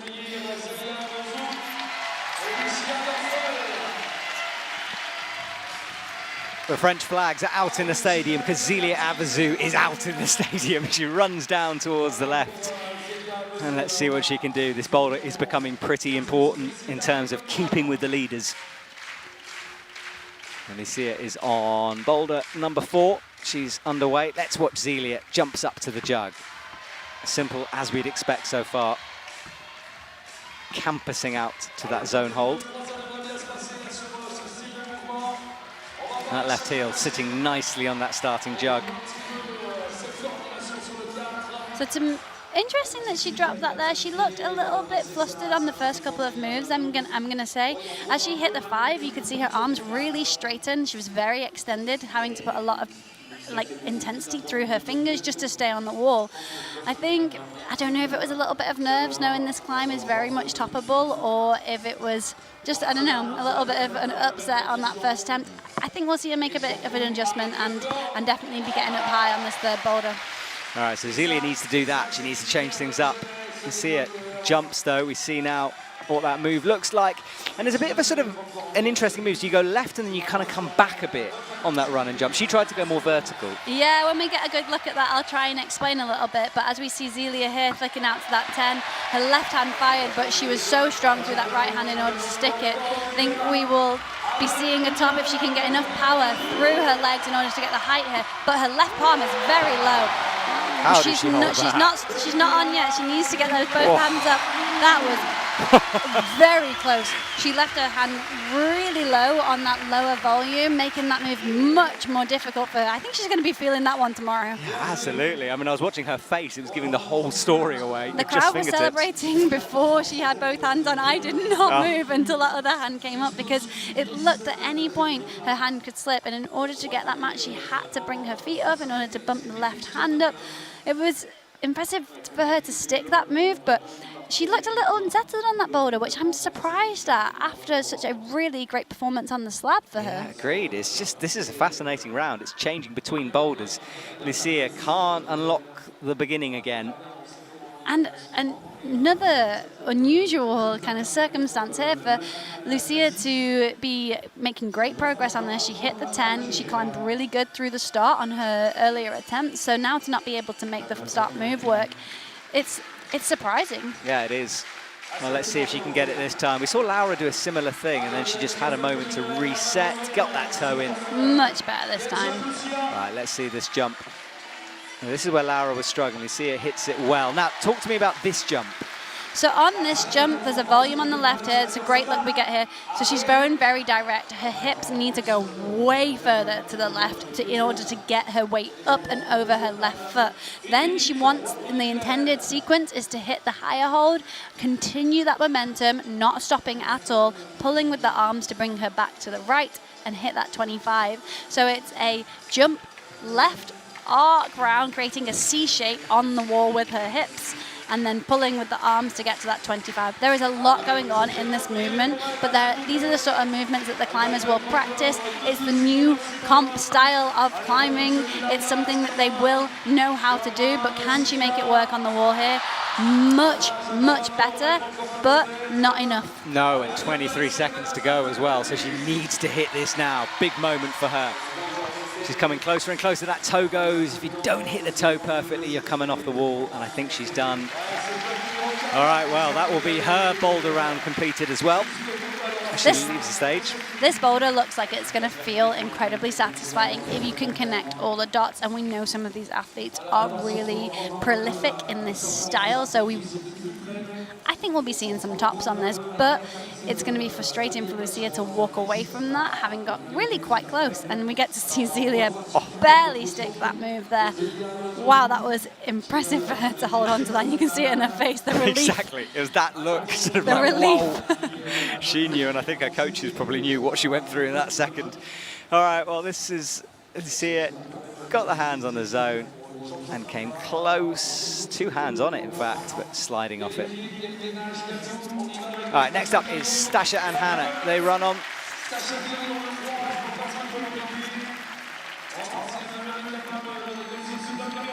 All right, let's see what Stasha's got. Let's see if Hannah can finish things off on a high note. Hannah having a nod to herself. Hannah is one of those athletes who just uses that positivity. You know, she can see her smiling, like forcing herself to sort of feel good about the boulders. It's an interesting tactic. It is, and one I'm very much used to use myself. A forced smile goes a long way at times. I always thought she was dancing along to the music for a moment there. She might have been, to be fair. The DJ doing a great job, not too obtrusive with his music. Well done, sir. All right, here we go. Stasha, no feet, sticks the sloper, kicks out, hits the 10. I asked if we'd see any athletes do that. I was told we wouldn't because that purple hold is so bad, but Stasha, what a bad holds to her. Yeah, and a good flash from her. She gets that done, needed it as well. Oh, it's just about staying in touch. I really think this with a boulder. You know, if you let it slip too far behind, you make too many mistakes, it makes everything harder for lead. I know you can pull it back. Of course, and it sure does. And I think that people can get frustrated when there's an easy boulder. And I understand that. And I understand if everyone flashes it, how it can seem like it's not important. But it does add the pressure on. And everybody isn't flashing this boulder. We're actually getting quite a good show on boulder 3, I think. And it's really allowing the athletes to express their psychological capabilities, yes. I think, in order to stay calm, collected, and perform under that pressure. Yeah, you're totally right. Well, let's see psychologically how Hannah is dealing with this. She was dancing at the beginning. She's looking a little bit more concerned now. 2 minutes 20 on the clock. And we can see the scores on the left as well. So Lucia finished on a 64.7, which is a good score. Hannah makes the first move. She's already got that first zone, that 5 points. Gets herself set up, toes still in, now she drops it out. You see her pull that left leg back. I thought she might stick it then. She really flicked into that movement. So much better and great learning from her previous attempts. Can she stick this next dynamic sequence though? Big move needed for Hannah. She gets the leg set up, trying to figure out, wants that left leg to be kicking. Not quite comfortable yet. Now she goes, but didn't actually look quite set when she jumped. She didn't actually jump. Her feet didn't leave the wall then, so she's going to really need to do a big jump in order to make this move work. But you were totally correct in that she just couldn't get settled in the set-up position. All right, so Hannah will reset again. Again, that smile on her face. I think she is singing along, you know. There's a bit of Britney going on in the background. Yeah, a good nod from her then. When the clients approach the wall with a nod, I'm excited to see what they're going to do. Yeah, all right, come on, Hannah, 1 minute to go. Not this time. We keep seeing this with a minute to go. They fall off the first time. Yeah, good setting to really force the athletes to be incredibly focused and not lose their calm on this first move. It's really tiny, minute differences in how they set, whether they put a big foothold on a small foothold, whether they turn the hold slightly, will really force the athletes to stay considered in their climbing. Yeah, and Hannah just wants to get that bit done as well. She knows she can do it, and now she's into this hard move. Can she commit to the foot sequence? So I think with Hannah there, she was looking like she was jumping to the hold. If the athletes are doing the intended beater, and what I think we'll see successful attempts work, the athletes need to jump beyond the hold. So the hold is part of the jump sequence. They jump up to it, move through it. If they jump to that hold and stop, it's not good enough to stop on. Maybe for 1 or 2 of the athletes, and we know a route setter did manage to stick that, but it's way harder. The intended sequence is to jump to it and move through it. Okay, well, that's the theory, isn't it? And yeah, it's good to hear those things from the setters as well. It gives us a clue Right, so Hannah jumping up. That's how close she came. Yeah, and you're right, just hard to stop on that hold. Yeah, so if we see a successful attempt, we'll see an athlete, a successful attempt in the intended beater, an athlete will hit that hold, their arms will begin to bend immediately, they'll pull on that hold to continue their momentum through and giving them a direction of movement towards that 25. A lot going on, I'm trying to explain it. No, you're doing good. Yeah, I hope I am managing to articulate what is going to be going on in this movement on this boulder. It's a tricky one to explain. No, it's doing well. Right, Orian and Jenya, two women who are looking very good during this morning. Let's see if Orian can get this quickly. She does need it to go. Left hand up, keeps the feet on, unlike Stasha, who just campused this one. Keeps the feet on into the 10 as well. No cut, really impressive climbing from Orian here. Good work from Orian. We expected it, we hoped she'd get it, and she did. Orian does seem to be just showing her head above the parapet. You know, she's like making a bit of a statement here. She's certainly the one to beat at the moment. Yeah, she is. And I think Jenya just got called down there maybe for an incorrect starting position, if you're wondering what happened just there. But back to Orian, I think I was a little concerned about her lead climbing coming into this competition, because it feels like often in a round of lead and boulder as a combined event, lead climbing can be weighted much more at times. So I was a little bit worried for Orian, but I after qualification and semi-finals, I am no longer worried for Orian's lead climbing. She's clearly gone away, worked hard on her fitness, and we know what she can do on a boulder wall. But speaking of people who've gone away and worked hard, Jenya is one of those, and I'm excited to see what she can do on this boulder. Yeah, let's see if she can unleash some power here. Swings those feet over, gets the right foot on nothing on that grey volume, gets set, hits the jug easily. And a big smile from her. She seemed happy with that. It looks like a satisfying move. Does, doesn't it? Kind of thunk as you hit it. Right, she's in. Let's see if she can do the C arc shape that Shauna was talking about with the hips. So out, up, hits it, tries to stop, but yeah, peels off. Out, up, hits it, straight arms, no bend. She's going to need a lot more height, a lot more pull, a lot more snap as she moves into that next section. And I think she'll know that now. I think that athletes maybe read this boulder thinking they were going to stop there, but I'd be intrigued to see if we do see anyone make that stop work. I definitely would myself try that method if I was on the wall, as I am not a fan of these pull-through paddle coordination dynos. Personally, I did my time as a comp climber, and I feel like I don't have to do them anymore. That is fair enough. Totally reasonable. Well, let's see if Jenya can repeat that performance on his first move. It's not that easy, but she does hit it. And if someone can get this done, it's going to make a big difference to the scores. Oriana, of course, is on 74.9. She's yet to do this boulder.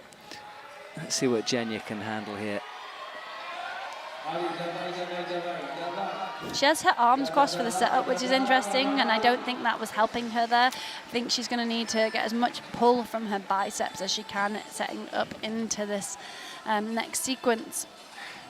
Yeah, she's asking for a brush as well. She wants that first couple of holds brushed. Oh no, the jump brushed. To make this top section work, they're going to need power, but also flow, and the movement has to be incredibly precise, and they can't alter it as they're in that state of flow on the wall. They need to set it up from the beginning sequence and then continue it all the way to the top if they're doing the intended sequence. In order to make the stop on the hold above the 10, they need to create a lot of power so they can hit that with bent arms and make sure their body position is very far to the left to stop them moving to the right with a foot potentially, but she's going to get called down again by the judge. That was a starting position. Jenya stopped trying to put the toe in on the last bit there. She was going two hands up. It was a bit interesting. Yeah, we saw Hannah make that work, so it is possible to do that. Maybe she just got too frustrated with the toe and needed to get going. And yeah, the clock ticking down definitely weighing on her in that final, or those final few attempts, I think. And potentially a little bit of a frustrating round for her. She's clearly gone away and worked on her weaknesses and really performed on what we would assume Jenya would struggle on previously, so it's great to see. But yeah, for her to not do the slab both in the semi-finals and finals is a little surprising. I think she can definitely go away and make some adjustments there, and I expect she will, because we know she's very much capable of them, but we also know now that she can do the coordination. So yeah, it's going to put a lot of work for her to do in the lead route for her to qualify here today, but I have no doubt we'll be seeing her at the Olympic Games, that's for sure. There we go, fingers crossed. Orian Bertone currently leading the way, 74.9 with 1 boulder to go. We just saw her at Genya, 69.6, a great score from her. You can see it, Stasha, Zelia, Hannah, Laura, and Camilla Moroni make up our top 8. So, work to do for people like Camilla. And I said work to do for Genya, but walking away with a 69.6, yes, Orian has 1 boulder left to go, but anything can happen on that lead route. She's definitely done herself proud with that one. Sure has. But this lady does need a top here. She is below and a bit out of touch at the moment. Yeah, but a much higher scoring round than the semi-finals, and there's still 25 points for her to gain on this boulder, so it's not over. No, absolutely. She just needs to figure this out. Missed on her first go. Yeah, a little foot pop and splash. She didn't brush the foot here. Yeah. It's small. It's getting worse. You can see the black rubber on it. That's the toe she's trying to get around the corner. I mean, it looks like a simple thing to do, just stick your foot out, but it's not, is it? Because you're not really looking at your toe when you're kicking it in like that. I don't think it looks very simple at all. I think, yeah, I guess I know how that feels on the wall. So then having to stand up, hit the hand and the toe at the same time in order to create compression between their hand and their foot. Almost sticking it there. What happened is she's swinging too far out from the wall. And I talk about it a lot, but where her hips go, she will go. So you could see her hips pulled her off the wall just there. If she can get her hips a bit closer in, I think it'll feel a lot easier for her. But Camilla really struggling with this first move, and we've not seen that so much. No, we haven't. I mean, I think I said earlier that the 5 was a gimme. Maybe not. Let's see. Up she goes, hits the toe, tries to bring the right hand into match. Yeah, her toe was higher then. It was much better, but I think if she can focus on keeping her hips in close to the wall, we will see her stick this move. But she does need the accuracy of both the hand and the foot in order to be able to create that compression. Much better, and a twist, that right hip coming really close in. That was really good from Camilla and really quick learning. Yeah, true. She got it nailed that time. Let's see if she can do the second jump. Gets herself. Oh, a foot slip there, an unfortunate foot slip which didn't allow her to continue that momentum through. There is Team Italy's coaches. They're watching on, looking out for appeals, supporting their athlete, but they cannot tell them what to do, remember. They can't shout up moves. Jenny Lavada on the coaching team and a comp climbing legend. All right, so Camilla goes again. Better from her. She hits the 10. And now she's got 1 minute and 42 seconds to work on this jump. No hesitation, she starts the movement. Oh, a foot slip again, a lot of foot slips. She does seem to have a towel on the mat so she can clean her shoes, but I've not seen her use it yet. I want to go and tell her to clean her shoes. You go up there, I'll hold the microphone, don't worry. Because what happens is the mats here, they have a plastic coating, the chalk builds up, and then that comes onto the shoes. And you can see that on the wall. You know, these holds are really dirty now, even the ones that only their shoes are touching. And when we read the boulders together earlier, you were like, oh, there's chalk on that. And I was like, yeah, it's from their shoes, not from hands. So, yeah, I wish she'd brush the footholds and clean the shoes. Come on, comp tactics. Exactly, go on, Camilla. Well, she, like everyone else, once that minute buzzer started, is struggling with the first few moves here. This is where the pressure really ramps up. This is where you need to show how strong you are psychologically. Let's see. Again, a bit of a bobble with that left foot. The right toe not accurate at the moment. She kind of slowed the momentum there, but didn't catch herself. Yeah, she's not stopping. In order to hold that position, she needs to be still. She's really not having a fun time, but wow, the time ticked down, but she seems to have ramped it up, and I hope we get to see her have another attempt at this top move. Yeah, she needs to get this. Reset, 13 seconds. She's going to have to motor here. One fluid motion, Camilla, come on. A bit low on that, didn't quite have the power. Yeah, didn't quite have the power to jump off the left foot. Her left foot never left that volume on the left, so no jump there, but really good composure to get back up there on the final attempt as that clock was ticking down. We've not seen many athletes able to do that. Yeah, she did well. All right, so she leaves the stage. The last couple of athletes to come, and then we'll have a little bit of a pause between the boulder and lead. You guys can go away and have a cup of tea. We will too, and then we will come back and finish off this comp. But still climbers to come.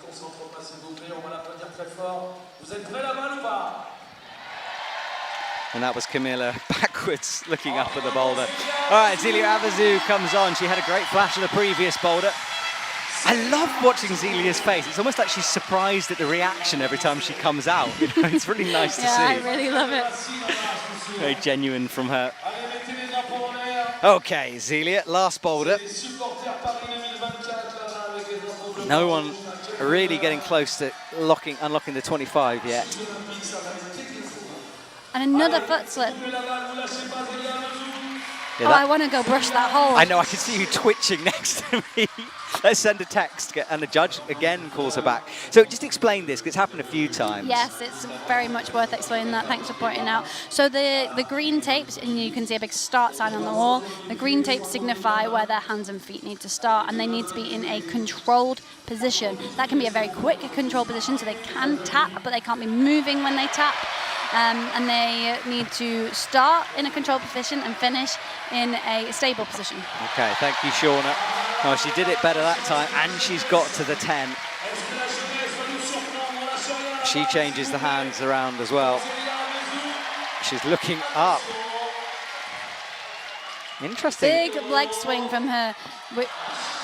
It was a good setup, just not enough power into that jump. She needs to really get those quads working and get a big, big jump out of her legs for this next section. Talk to me about height in climbing here with this example, because we're seeing athletes kind of very low on this hold.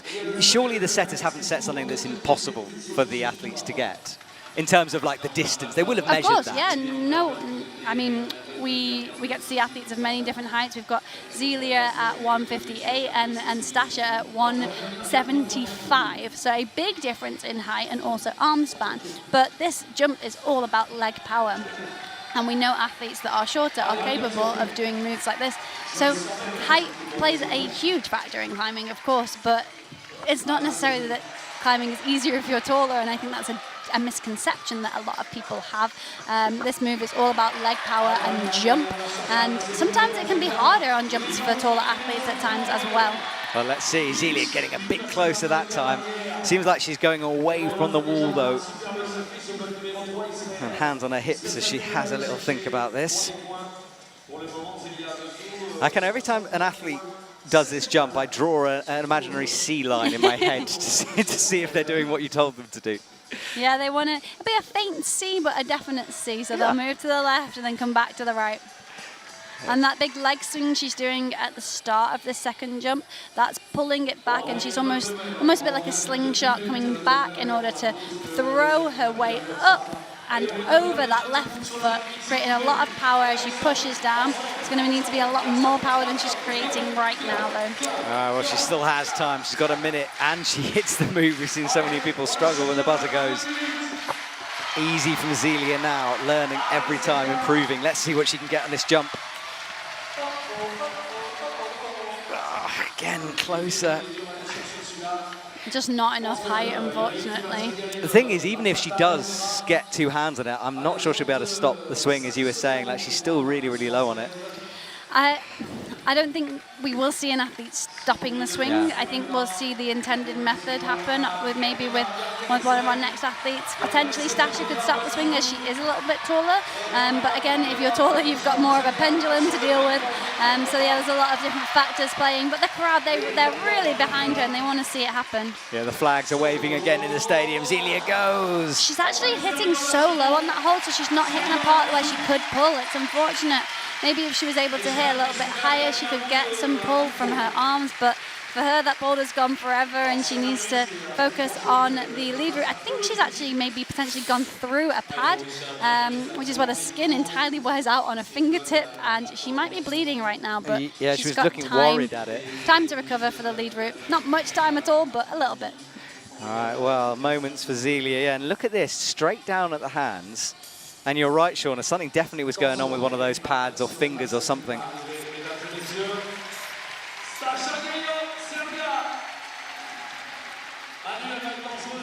Stasha with a grin or something at the audience. She comes on for her last boulder. Immediately pays attention to the second half of it. We know how dodgy that left foot is. Now she blows on it, try to get a bit of dust off it. And the root setters, they don't come out to brush the holds. The brushers, maybe we should have the root setters brushing. That could be quite fun. Good luck suggesting that one. They work hard enough as it is. They definitely don't need any more jobs.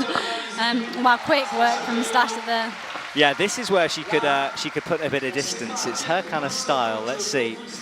Easy on the first jump, but needs a huge move, as we know by now. And she does stop it. I thought if anyone would, it'd be Stasha, and she does. That was really cool. Well, good reaction from Stasha. It was in her style. She did what she needed to do. And that, again, is a statement. Isn't it just? You could see what that meant to her. I sometimes think that's harder. When you know you can do something, to go out and then perform like that, you know, it's a lot of pressure, and she got it done. It is, and when Stasha's in a happy place, it is a very fun experience to watch her climb, and we know she can let emotion get the better of her at times. We know that pressure can weigh on Stasha, but she's gone away, she's worked on it. Just like all these athletes, they go away and they train so hard, and I think it's great to see it when it plays off and when it works, because I think we see some athletes, they come into the season thinking, I've worked hard, so I deserve to be here. I did well last season. But the athletes that we see really excel, they come in with focus and determination and confidence in their own abilities. Yeah, absolutely. Well, strong from Stasha. Right, just like that, we're on our final athlete, final boulder. The French flags are going, the atmosphere is building. Can Orian get this done? This is an Orian boulder. Yeah. This is where she seems to just excel and really show her prowess. Yeah, I agree with you. It's one of her things. Let's see. Straight away, accurate with the toe. Starts the jump, and she's in first time. Oh, a little slip to make her scared. And she knows Stasha just passed it. She knows the pressure is on. Well, she did it the intended way. Performance. Nailed it from Orian. She did what Shauna has been saying all along, that continuing movement all the way to the right. And how cool to see two different ways of doing a boulder on our last two athletes. Two different ways of doing a boulder. 99.9, Matt. 99.9. The crowd are on their feet. They are screaming Orian's name. It has gone absolutely insane here. I've got goosebumps. Woo. Right, well, Orian has done what she needed to do. We watch a replay, then we'll get the results. And that is massive for Orian, because she has left herself with the least to do on the wall now. And you asked about height. Yes, Stasha, she was able to do it a different way, but Orian at 164, she's not one of the tallest athletes out there, but she can put power down on the boulders, and it has just proven how insanely powerful she is as a climber, how great her coordination is. That was such a perfect display of coordination at boulder climbing. Right, let's check the scores. Orian Bertone, as you said, 99.9. She's on the top, followed by Stasha Guerrero in touch just behind. Genia Kazbekova in third place. Zelia Avazu, Lucia Dorfel, Hannah Moyle, Camilla Moroni, Laura Rogera. Work to do for those bottom athletes, but Orian setting herself up perfectly. So that is our leaderboard, 99.9, the top score. Impressive stuff from the French athlete. And the chalk floating in the background, as we love to see. Amazing there. Well, here's the plan. We will go away for a little bit, return for the lead round, and that will finish off proceedings for the women. This afternoon, we have the men's section of this competition. We do it all again, and you can come back and join us for that. I hope you enjoyed this comp. Thank you to everyone from Laval. And of course, there are opportunities to come back. It's not over yet, although Orian is in the front, in the lead. Anything can happen later on that lead wall. You'll have to wait and see.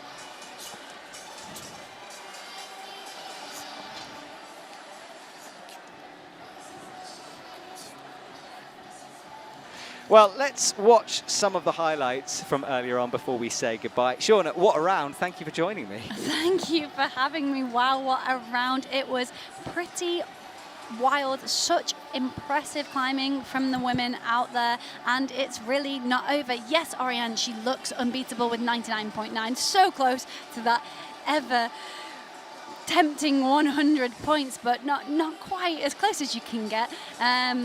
But what pressure adding in going into the lead route as well, because anything can happen. They get one attempt for that lead route. If they slip, they're done. So yeah, it's not over. It's not indeed. Well, we will return in, well, about half an hour-ish for the lead round. We'll see you there. Have a lovely break. Goodbye, everyone. See you soon.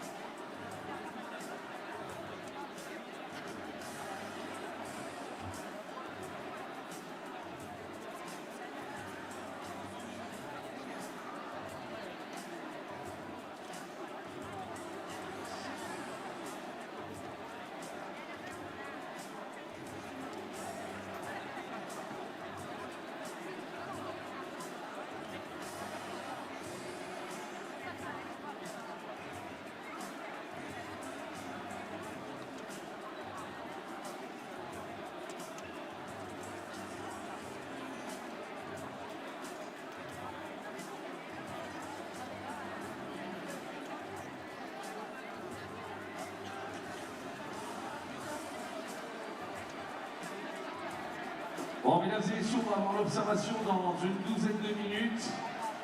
Comment ils vont les t-shirts bleus là, les bleus, ils sont là ou pas? Ouais, ils sont avec les drapeaux là-bas.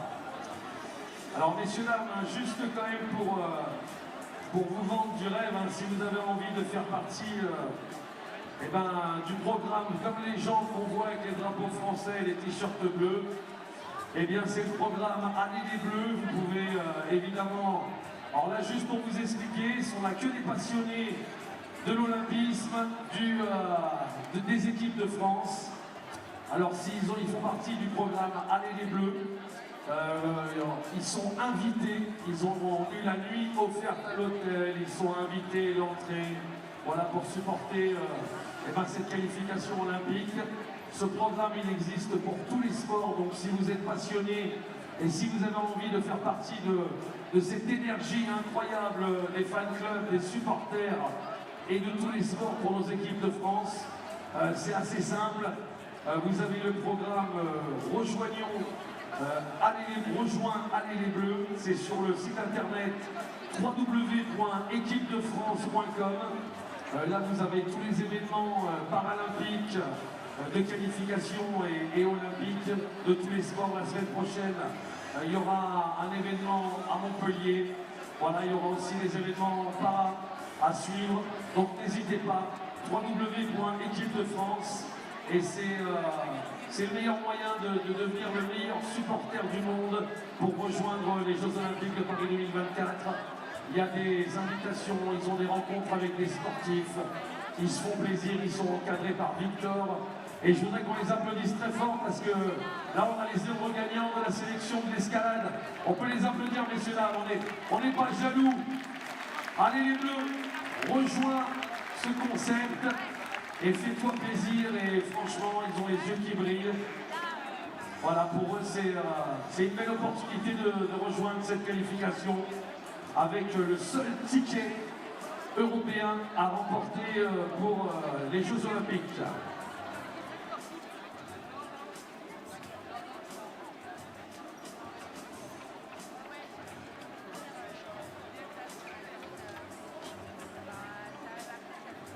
Voilà, donc on va observer à 11h40. On a un petit décalage de quelques minutes, donc vous avez le temps de vous restaurer.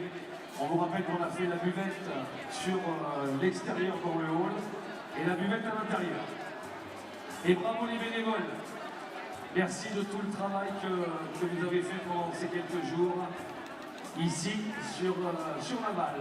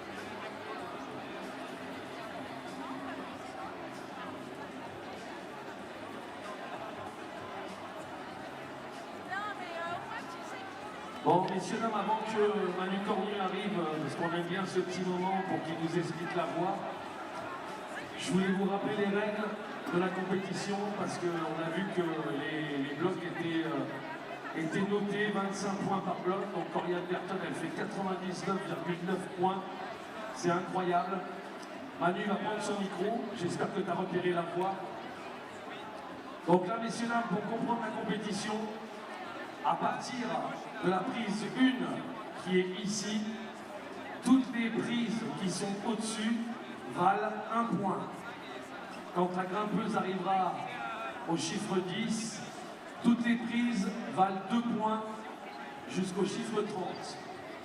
Du chiffre 30 jusqu'au chiffre 60, toutes les prises valent 3 points. Et du chiffre 60 jusqu'à la fin de la voie, les prises valent 4 points. Si les juges et les ouvreurs ont bien fait leur travail, la totalité de la voie sera faite sur 100 points.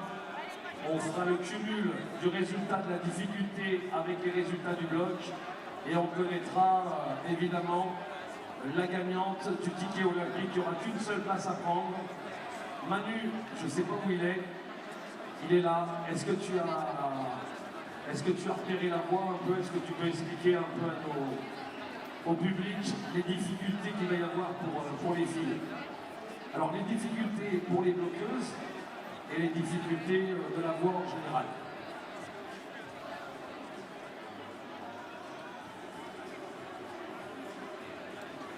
Je finis d'observer, je te dis ça.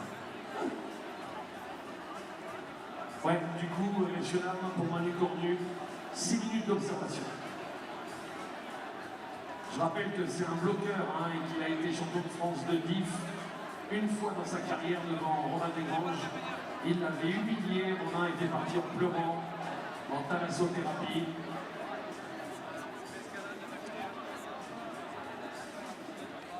Il n'aime pas du tout faire ça. Allez, il demande un petit conseil.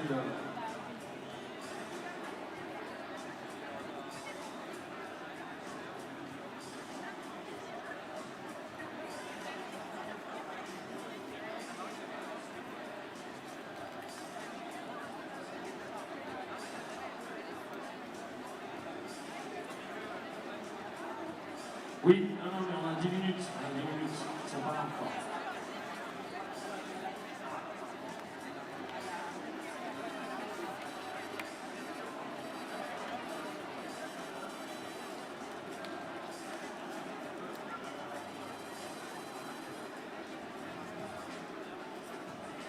Voilà, pour le public, vous avez sur le chrono, les filles arriveront pour l'observation dans 9 minutes 30.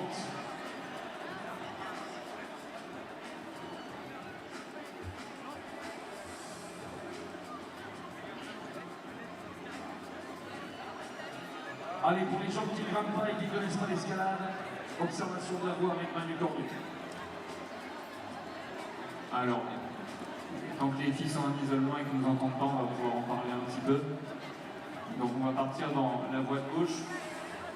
Tout le début sur les prises vertes, ça va être quand même plutôt assez léger à grimper. C'est pas des prises qui vont être très mauvaises, il faut leur mettre les pieds au bon endroit. Il y aura pas mal de prises en dual texture. Donc il ne va pas falloir faire d'erreur, mais c'est une partie de la voie qui sera relativement facile à grimper.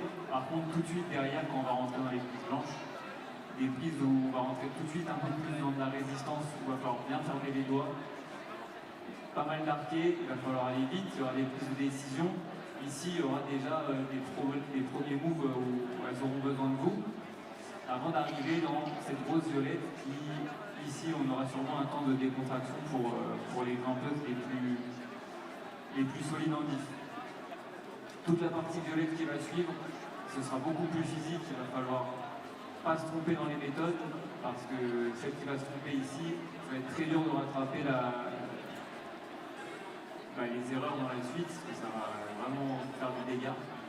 Et toute la dernière partie de la voie, beaucoup plus à droite, des mots un peu plus loin. Il ne faudra pas perdre de temps et essayer d'aller gratter le plus de points possible. Je pense que par rapport à hier, on va quand même avoir plus de grimpeuses qui vont monter vers ici. Alors le problème, messieurs dames, c'est que quand les grimpeuses sont arrivées dans le violet, il faut qu'elles soient encore en forme, qu'elles soient lucides, parce que là les erreurs elles vont être fatales avec toutes les duales textures. Ça va être compliqué, on compte sur vous. On va leur mettre beaucoup moins la pression en difficulté parce que là, il y a le droit qu'il y a une erreur, c'est pas le bloc. Et vous continuez comme vous avez été ce matin, vous êtes exceptionnels. Donc rappelez-vous, généralement, de toute façon, c'est un peu comme ça qu'on fait les Coupes du Monde maintenant. Dès qu'on va changer de couleur, on va changer d'intensité. Merci Manu. On peut applaudir Manu Cornu quand même. Bravo. Bravo, monsieur Cornu.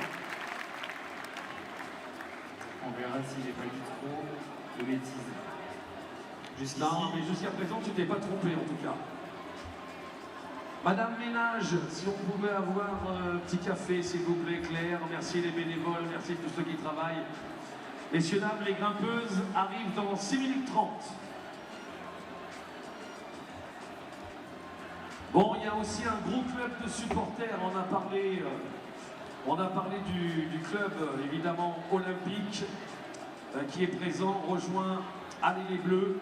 Et bien, il y a un autre fan club qui est présent avec nous, c'est tous les grimpeurs de la Marne. Et ouais, le CADM, le CADM, la section escalade de la Marne, voilà, qui est présente. Et je peux vous dire qu'entre Allez les Bleus, la Marne et puis les gros mécènes, normalement en maillot blanc qu'on a vu hier sur la compétition, ça va encore faire du bruit pendant cette finale du tournoi olympique.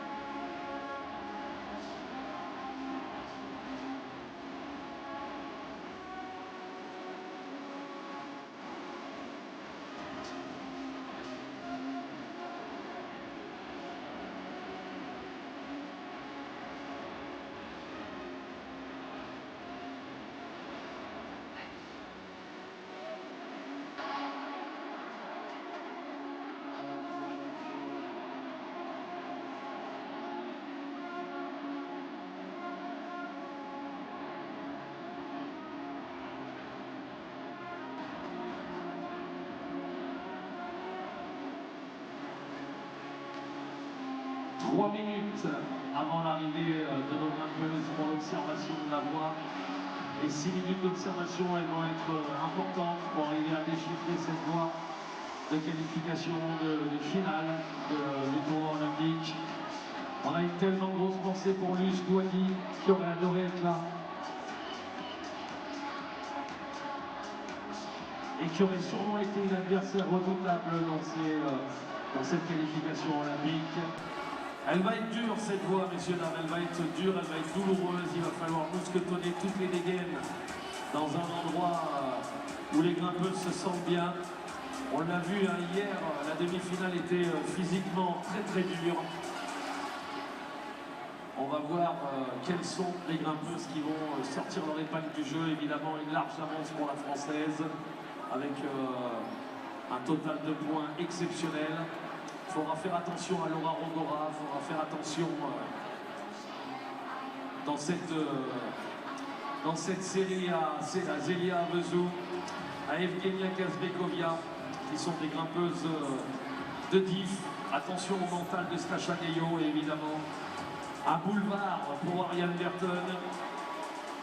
Quoi qu'il en soit, on est sûr que ces grimpeuses présentes ici auront largement l'opportunité de se qualifier pour les JO pendant les World Series. On rappelle que chaque pays aura 2 places maximum par discipline, filles et garçons, et que la France, au minimum, aura une fille en vitesse. Pour les garçons, c'est déjà fait avec Bassam Awem. Une fille au combiné, on espère prendre la place ce soir, et un garçon au combiné, et maximum 2. Christopher, je suis dans les tribunes, on me demande qui est qualifié pour les JO déjà depuis les championnats du monde. Alors qualifié pour les JO chez les filles, Yanya Gambret, Jessie Pils, Aimori, la japonaise, dernièrement Natalia Grossman, et chez les garçons, on a Jacob Schubert, le médaillé de bronze de Tokyo. On a le deuxième, c'est Colin Duffy, l'américain. Tomo Anarazaki, les 3 étaient déjà aux Jeux Olympiques. Et puis le dernier, Manu, tu le connais très bien, qui a été sélectionné. C'est Jesse Grover, l'américain. Jesse Grover, ils vont être dangereux, les Américains. Le public, 30 secondes avant l'accueil des grimpeuses. Vous pourrez les applaudir très fort, s'il vous plaît. Eh ben on avance, allez, on y va, on les applaudit, c'est parti. Welcome back to Laval for the lead side of this Boulder and Lead competition. My name is Matt Groom, I'm joined by Shauna Coxey. And Shauna, let's just jump straight into this because we're watching the athletes observe the lead route. We've seen the boulder. I mean, can we even sum up that boulder round? It was incredible. I've just been over to chat with the route setters about how they found it. Garrett Greger, head route setter here, ever the perfectionist, was a little bit disappointed because there was one tie. And I was like, Garrett, that was a perfect boulder round in terms of watching. And I know they worked very hard to ensure that it is a good show. And even the tie, they fell on different boulders, they did different boulders. So, yeah, I think it was... I'm going to say, I think it was a perfect boulder round. Yeah, I absolutely loved it. A friend of mine messaged me saying, it sounds like you're having fun. And boy, was I having fun. I was literally loving it. Right, well, if you are just joining us, welcome to Laval. We are halfway through this competition. I'll just go through some of the rules if you don't know them. The boulder round is scored out of 100. The lead round is scored out of 100. Those scores are combined for a potential 200 points if you get the perfect round. No one will achieve that, but Orian Bertone coming very close. 99.9 was her score. Incredible. And Shauna, we said on paper she might be the favourite. I think after that round, she's definitely the one to beat. It is very hard to argue against that because, yes, she does have 99.9, as close as you can get to a perfect boulder round. That means she only fell once in the boulder round this morning. However, it is all to lose on the lead route and all to gain. Orian has had 2 really great performances in lead in this competition so far, in the qualification and the semi-finals. So we know she can really show her best self on this wall. However, the pressure mounting and the fact that you only get 1 try on this route, we don't want to see mistakes happen for sure, but they can happen, and yeah, we'll be crossing our fingers that everyone gets to really give a performance that they're satisfied and proud of on this route. Absolutely, and that is the top of the route. You can see the 100-point marker. You have to clip the final quick draw, and then you get that 100 points if you can get that far. Right now, the athletes have 6 minutes to observe the routes with 3 minutes 50 left of that time. And you can see the athletes discussing it. It's so fascinating to watch this. And I know, Shauna, we talk about this a lot, but let's just, for those, again, who don't know, these athletes are against each other, and yet there they are on screen sharing ideas. That doesn't make a lot of sense. Yeah, I think everyone really wants a competitive rivalry story in climbing, and you know, people seem to search for it, but I don't think it exists, in all honesty, and maybe that'll change as the sport grows. But it's a really fun sport to be part of, and I think ultimately, when it's you on the wall, that's all you're in control of. Even speed climbing, they go head to head. Of course, it is a race. It is literally who gets to the top the fastest in speed climbing, for example, but you're not in control of the other person's performance. And then when we come to boulder and lead, it is just what you do on the wall that counts. It doesn't matter kind of everyone else's performance, they weigh up against yours, but you're not in control of them. So yeah, I think everyone wants to kind of beat each other on their best days, if that makes any sense. It does make sense. So that's what they are doing now. That is our route. The points increase as you go higher. We start off with points down at the bottom. That is the women's route through the green into the next section. It says 2 points there, and that's 2 points for every hold you make. After that, 3 points. It's 3 hold points for every hold you get, and then 4 points towards the top. So the higher you get, the more each hold is worth, and that's why it's really going to ramp things up as the athletes get higher. Now, Shauna, we were talking before about how it's really going to come down to the last moment in this competition, because Orian is leading and she's out last for the lead. Yeah, so this is going to be a really momentous moment as she comes out to climb, because at that point we will know the exact hold she needs to get to on this route in order to qualify, because even if other athletes top, there is still an opportunity for her to take the gold medal here and to take that Olympic ticket. And yeah, the crowd are really on it here. They have been going wild for all of the climbers, but there seems to be a whole new level that they can access when a French climber comes out, and boy do they want to see Orian or Zelia take that ticket today. So what you're basically saying is if people have started watching this, they're locked in now. They can't go anywhere until Orian climbs at the very, very end. They're here to stay. Yeah, the coffee queue during the break was outrageous, and right now there is no one in the coffee queue. Everyone is sat in their seats ready for this show to start. Yeah, and if you're watching at home, I hope you enjoyed the earlier round for the boulder. If you missed it, well, stick with us for now. Go back and watch it later, because it does tell the first part of this final story. Jenya Kazbekova is there. She's on good form, had an up and down boulder round, but good to see her doing well. Stachigeo in second position, of course, Orian Bertone in first. We'll show you the scores in a minute and the leaderboard. You say an up and down boulder round for Jenya. Yes, she got one hand on the 25 on the slab, very close from her, but finishing the round with a really, really great score and such a good display of climbing from her. Yeah, it really was. She was looking, when she was on, she was looking fantastic. It was just those little moments. And of course, Orian, well, she was totally on. Just one failed attempt during the boulder round. And that is Laura there, air climbing with Jenya. Air climbing, I like it. Love a bit of air climbing. Yeah, that's what it is. Exactly. And then the big roof, that cave-like thing in the middle. It's a really cool feature. And the air climbing is them trying to figure out a sequence, memorize it, because they get 6 minutes to observe this route, which is how long they'll get to try the route, so they get one attempt.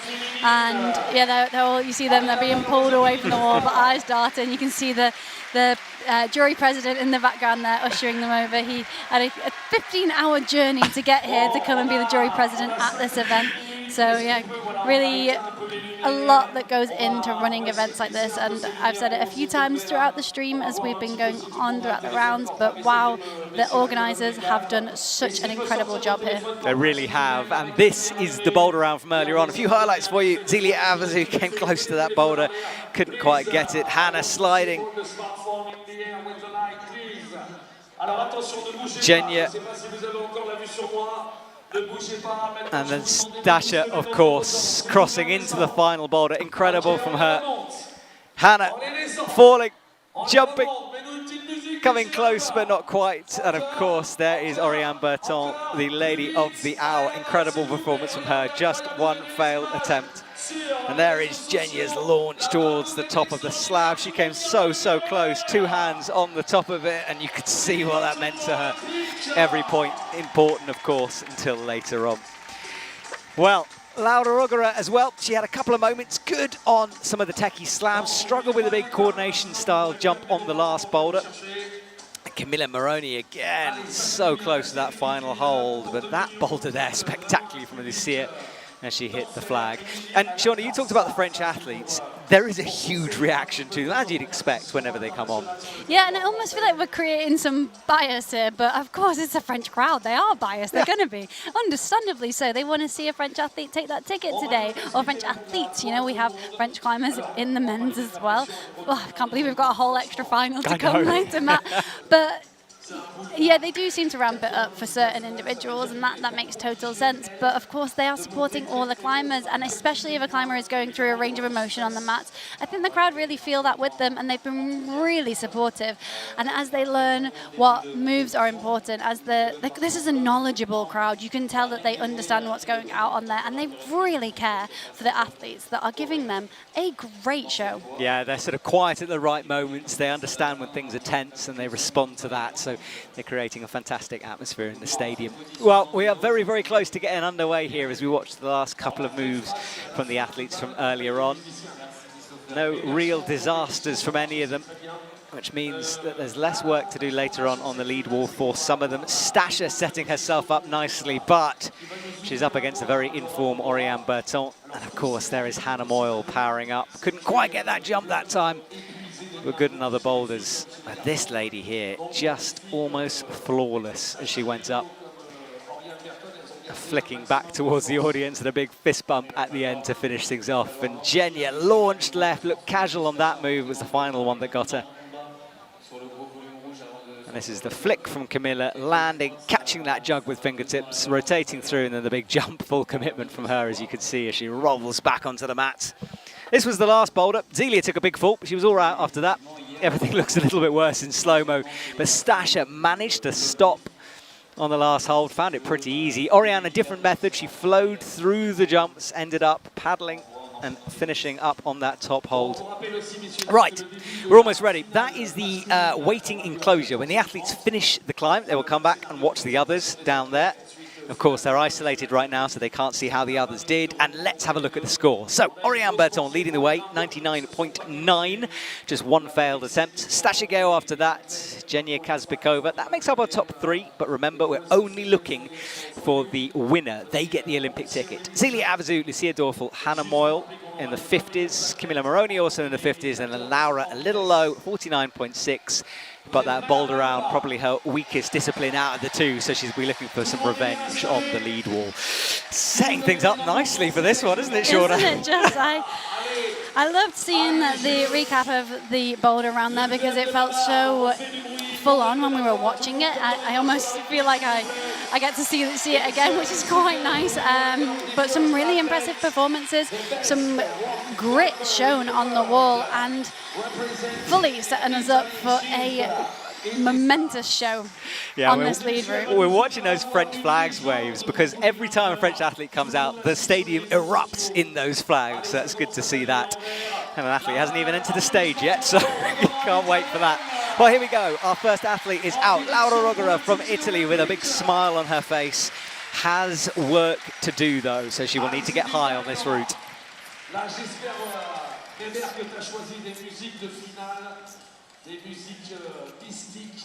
So in a minute, that clock you saw on screen is going to change to 6. Laura, no hesitating, pulls straight onto the big grey volumes. And her comp is underway. Probably her final comp climb of the season in terms of IFSC. Well, I'm nervous. I am quite nervous too, actually, yeah. I'm trying to keep it in control, but I can't currently. So Laura underway through the green section at the bottom, of course. We've chatted to the route setters about this. This route gets going from the very beginning because hold 1 is point 1. So they don't have to do any climbing to get into the point section, which we have seen previously. So this route is, it's all to play for from the very first moment, and we know the green section here that she's on is a little uncomfortable. So the women's route and semi-finals set them up, and we were told it transported them into the points, which started quite high. On the semi-finals route, it was a bit longer, whereas this route being shorter, it kind of gets going straight off the bat, but Laura seeming to be quite composed right now anyway. Yeah, and her score will start to move. You can see it at bottom left. So BLD stands for Boulder. That's staying at 49.6, and then the lead score score will be added to that to create a total, and the total is the blue numbers you can see on the left. So as she climbs higher, she will go up the scoreboard, but do remember the other athletes have to climb, so that is not set in stone yet. All right, Laura resting on the white holds. So from here, there aren't very many comfortable resting positions, and we know that these athletes are capable of resting in positions that are not comfortable, but I don't think we'll see anyone hanging around too much. No, exactly. And for Laura, this is quite simple, isn't it? I mean, she's last in terms of bouldering, but that's okay. But for this route, we've seen her top it out. She just needs to grind her way up this thing. And it was a relatively high-scoring boulder round because she was 8th in bouldering, you are correct, but she did score 49.6, so not a bad score by any means, and it'll be interesting to see what her lead performance does to her score. You can see she's moving up the leaderboard now as her scores are combined on the left side of your screen. However, she's still yet to overtake Orian, and Orian's only done one round. Yeah, it's crazy, isn't it? I mean, Orian nearly made the finals yesterday before she even climbed. She just needed a couple of holds to make sure, so it does make a difference. Right, Laura is on the transition from the cave-like bit, as you can see, up to the head wall. And this is provisional, those what you can see on screen right now. It's for gold currently, not gold when the others have climbed. And foot off campus there for Laura, I got to mention that. That was really impressive. Yeah, it was powerful from her. And this section here is going to zap the power. It's not necessarily the worst holds, but they are put on in positions to make them a little precarious, to unsettle the athletes a bit. We've been told this hold here, it feels apparently quite good for the right hand, but Laura not seeming to think so there. We know that the 60s, so the one she's just reached up to, that hold, as soon as you match in, after that point, the climbing gets serious. That is the route setter's word. It's time to pick up the pace and keep pushing towards that finish. Okay, that's what she has ahead of her, and she'll have a couple of moments here to shake, you can see, but it changes, the resting position changes depending on which hand you have on and the body position you're in, so it's not that restful from Laura, and you can see she moves fairly quickly through it.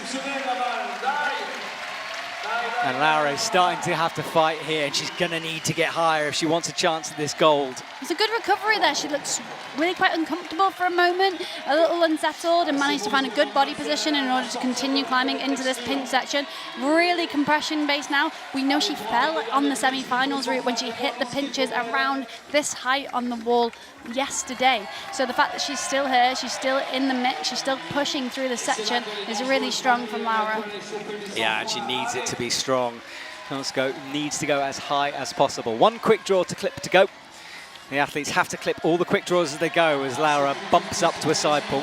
Every single hold she hits is worth 4 points. Above the 60, every hold, 4 points. That is absolutely massive in this point scoring format. So she needs to keep pushing and keep getting these holds.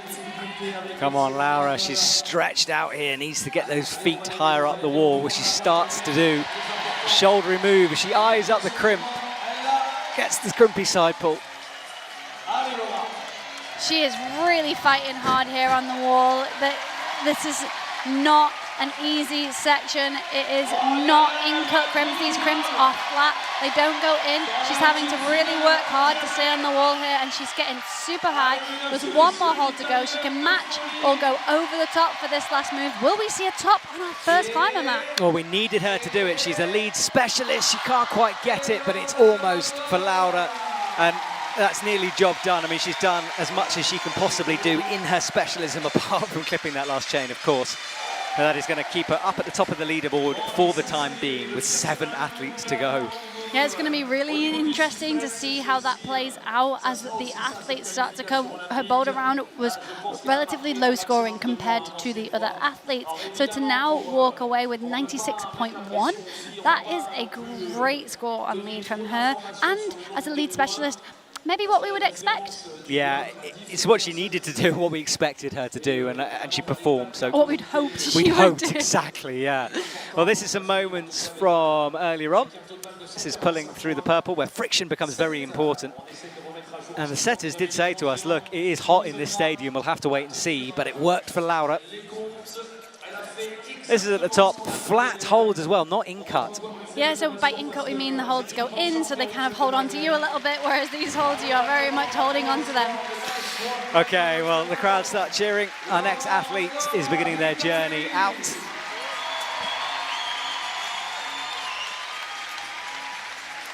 Laura will go and have a seat. First of all, though, she gets to chill out in the hot seat in the #1 spot. Although she's choosing to sit on the square things rather than the hot seat. That's fair enough. Well, the rope has been pulled, which signals we're almost ready. I can see an official standing in the archway, which is flashing, and there is Lucia, and she's walking out to begin her run. She has come from strength to strength this year, really cemented herself in this German team. She's a good athlete. Straight away into these big grey volumes. Bit awkward at the beginning, but big jugs to pull on, so easy for the athletes. Eyes locked upwards. Cannot imagine what's going through her head right now. I think they are allowed 40 seconds to have a little look at the route and then pull on. And I have no idea why it's 40. No, I don't know either. I don't know if anybody knows. No, they drew it out of the hat. Could have been 38. Cheers. Lucia is going into the greens, pretty straightforward down low.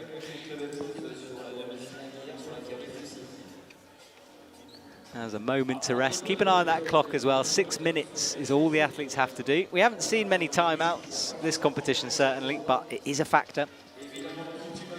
I think on this route, I would be incredibly surprised if we did see a timeout, and that's because the routes can be much longer. So often we see the climbers having to climb relatively far up the wall, even to get into a point zone. This wall is shorter than some, and the points start straight off the bat, and there aren't any resting positions. So it'd be a big surprise, in my opinion, if we do see an athlete timeout. Yeah, absolutely. Can you imagine those coaches watching this? I mean, they can't do anything. They're not allowed to shout, beat her up at the wall. They just have to watch. They can cheer. They can cheer, true. They can encourage.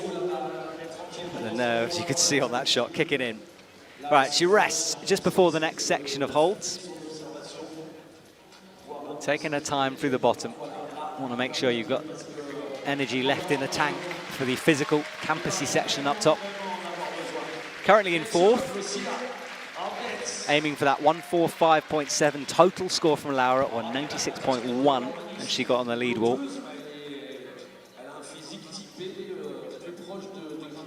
Hanging off, coming into the crimps now. She's right in the corner of the wall before the 30 sign you can see coming up. Cuts loose, swings on the crimp.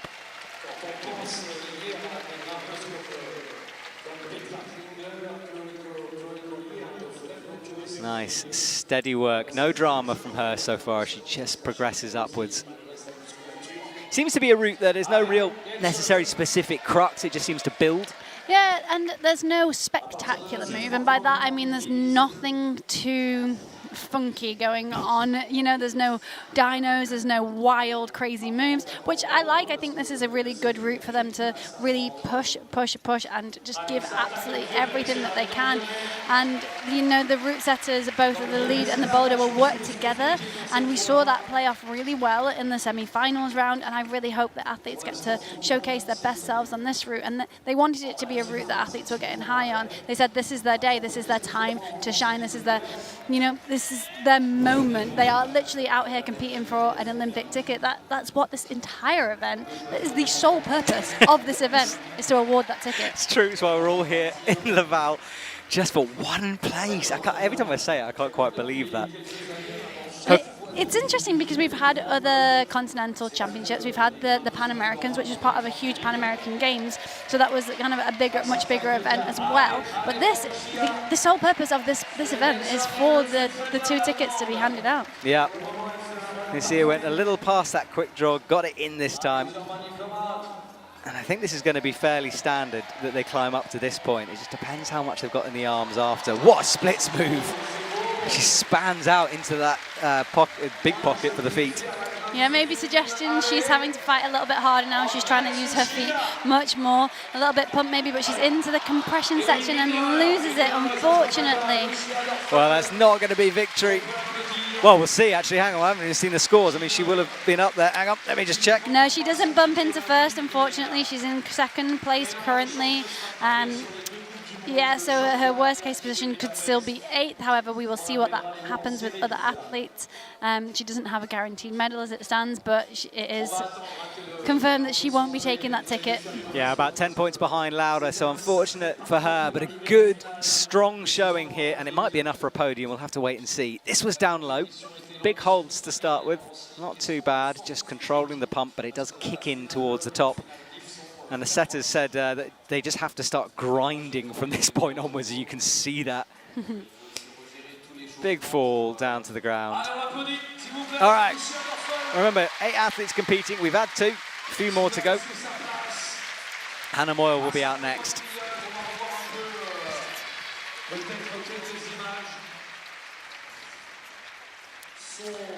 So Hannah is waiting. We can see her from the commentary box. She'll enter your screens. There you go.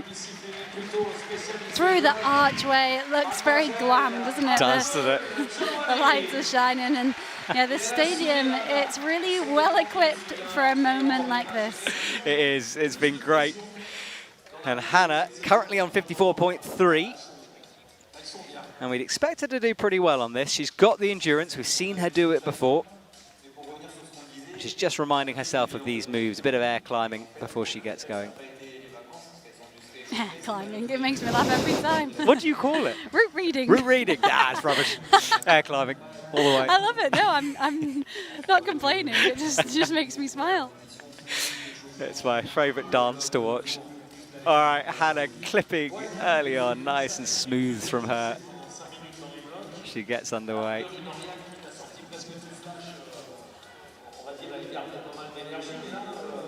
It's one of those routes that, you know, there isn't a huge amount to say in terms of technicality down low. I'm just desperately hoping the athletes don't fall. You know, I've got all my fingers crossed. Yeah, so the route setters have tried to make it uncomfortable, like I said earlier, and that's just to really put the climbers on edge. We don't expect to see anyone slip down low, but we do expect that it's going to be zapping some of their endurance, and it's not a given. It's not just teleporting them into the meat of the route.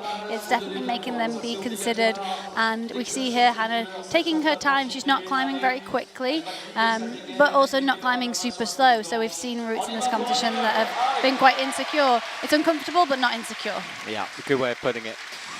All right, well, she's through the first part. Again, we got a shot of how nervous the coaches are looking on. If you're watching from Germany, I hope you got your fingers crossed too. Her teammate can't get that Olympic place. Can Hannah? It's got a long toe hook and a big release from her there. Now rotates those feet through, and she'll use a bit of a drop knee to fit into that box. Hannah not quite at 100% flow yet, I don't think. Getting there. She just seemed to look a little nervous, or maybe a little unsettled. It was a high-scoring boulder round and a lot of climbing for some of the athletes. We saw her have quite a few attempts on some of the boulders, so maybe feeling a bit of fatigue from that too. Yeah, she's breathing hard out there, but now with straight arms, hopefully we'll get into her flow. And perhaps when things get a bit harder here, she's going to find it. So feet up into the undercling, a big move to come.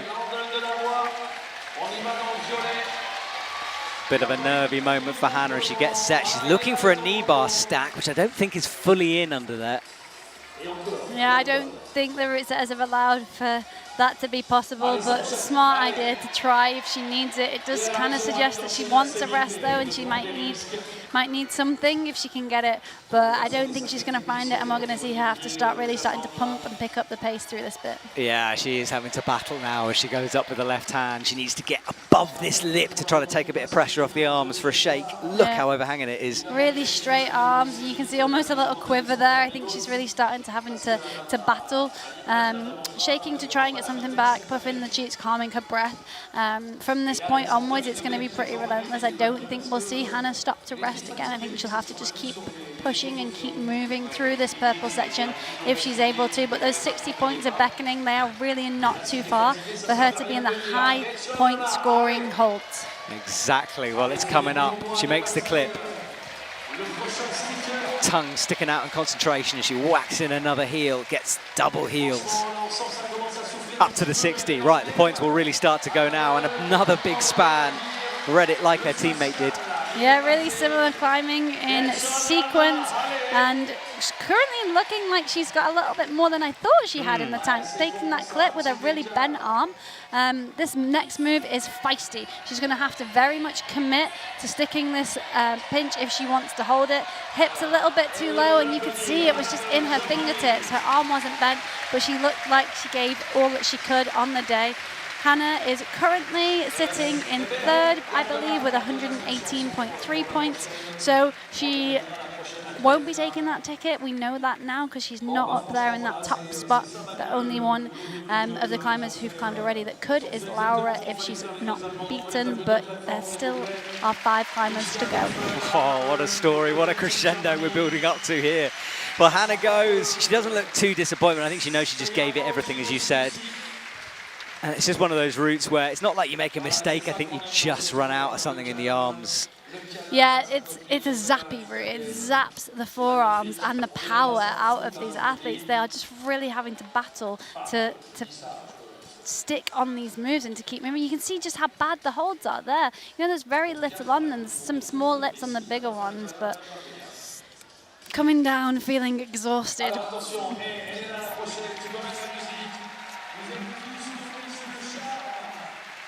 Right, well, we're getting into the section of athletes that really have a chance for this gold medal. Jenya has an opportunity right now. She sure does, and we've seen some big fights from her on lead routes in previous competitions, but especially in this competition. It was really fun to watch her in the semi-finals. She fought so hard and had a great boulder round, so I can't wait for this. All right, Jenya, let's see what you can do on a lead walk. We know her impressive form during Boulder. Can she build on that now? Just one route left of her season. Up she goes with the heels. We'd expect her to climb slowly through here. Just don't burn, but it was a little bit of a moment there. She dropped it with the left foot, but all good.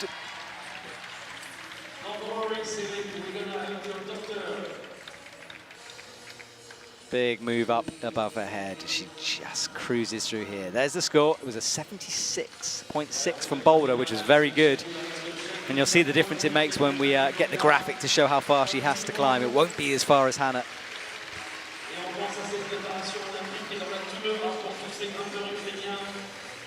Ukraine athletes. Obviously pretty incredible considering what that team is going through currently. Really good to have her represented on this stage. There is Laura, a current winner. She sits and waits. What an agonising wait that's going to be for Laura. It really is, isn't it? Unless Jenya's score goes above Laura's now, and then it's all over, isn't it? So, it's pretty intense for those athletes down there. It really is. She's in 5th now, 87.6. She's aiming for 145.7 total. It's 76.4 that Jenya needs to get to if she wants to overtake Laura and be in contention for that Olympic spot. Okay, that's what she has to do. She won't really know. All she'll know is she has to climb as high as possible. There's no scores between. Shaking out. Good pace at the moment. She'll know it's shorter. She's got time to spare here. But that was close and that was lucky. Well, not lucky, but just... Risky. Rescued, yes, thank you. Yeah, risky move from Jenya and a good rescue, so... Whew. Don't do this to us, Jenya. No, come on. Her elbows are up here, but she's looking composed in her face, so kind of interesting. I think she'll maybe get a little bit back to this next section. She looked unsettled when she started this route. I don't know if it was nerves or if she's got carrying a bit of fatigue from previous days or from the boulder round earlier, but I hope she's manages to get a little bit back and she can really stay composed. And we can see on the screen here, 80 points for gold. Yeah, it's not as far as Hannah, of course, because of that boulder score, but Jenya is taking a big rest now because after this moment, and she tries the double stack, it's not there. But again, suggesting that she maybe needs something back in those forearms. She's going to be feeling some pump, feeling some fatigue if she's looking for kind of any kind of hope that she can get of a rest. Well, she spent a lot of time reading the route with Hannah, and that was the first thing Hannah tried, so perhaps it was something they discussed, and then she gave it a go, because very quickly she dropped that idea. Yeah, but wise from her to not spend time forcing something Yeah. that isn't there. No, I totally agree. Okay, Jenya is just before pulling up to a more easier angle, but the moves get more physical. Big slap out left, she gets a heel in. She's really shaking every move at the moment. She's up to 4th, but for the first time, I'm just seeing a few cracks appear in that exterior. She's breathing, talking to herself. And the section she's in right now, every hold that she hits is worth 3 points. Whereas if she gets to that 60 beyond there, every hold is worth 4 points. And suddenly it really starts to change the game. Does. Jenya now motors. She needs to get through this section quickly. One move and she'll hit a better hold. She makes the clip low. Really smart climbing with the heels there, really using her strength in her legs and her flexibility to get something out of her arms. And she's in the 4-point section here. She's bumped up to 3rd. Can she keep pushing and fight up into the top spots? Yeah, it's building for Jenya. She's shaking out, but still on the wall. And she's into 2nd, but she's got a long way to go if she wants to be up in that top spot above Laura. But she's getting the clip in. Yeah, and that's a smart bit of footwork from her. Managing to stand high on the left foot, rotates now. This is great from Jenya. Really good from Jenya. I thought she might have been gone down low, but she keeps going. Just grabs with the left, but the right drops her. And that is just below. We wait for the scores, but 72 and 141.6. It's not going to be enough, unfortunately, to put her in that top spot as it stands. Laura's score is still above Jenya's, but what a fight. She looked like she was coming off low down, and then out of nowhere, she just pulled something extra. And seeing Jenya climb like that is really, really fun. Wow, I feel cruel with the way I'm commentating this. It's almost like we count people off, but as we tick through this final, that is the reality. It's just not quite getting high enough on this route. So no one yet to challenge Laura, but we know the names to come, and they're the ones who can. You can see just how pumped she is. She can barely wrap her arms around the girl. Her left hand's flopping, isn't it? All right, well, Jenya will have a moment to get rid of some of that pump as she sits and relaxes for the first time in a couple of days. And this audience, well, we're about to have Camilla Moroni on. And let's watch again. This is where I thought she was in trouble with that move. Well, she was in trouble with that move, but managed to rescue it. Yeah, it was intended to be quite dynamic, that move, but Jenya just looking a little unsettled, I felt, through the start of this route. And we know when Jenya climbs with the flow that she can possess on the wall, it's really amazing to watch. And I actually think she found that midway through the purple section, and it was such a good performance from her. And I mean, I said earlier, I have no doubt that we'll be seeing her at the Paris Olympics, but she won't be getting her ticket here today, unfortunately. Not today for Jenya, but good performance. So Laura still sitting on the top spot. 145.7 is the total score to meet. We'd expect her to have done well in the lead, and she did 96.1, so close to finishing that. But look at those names coming up. Orian, of course, 99.9. She's still in 5th, hasn't even climbed yet. A couple of minutes, and we'll go again.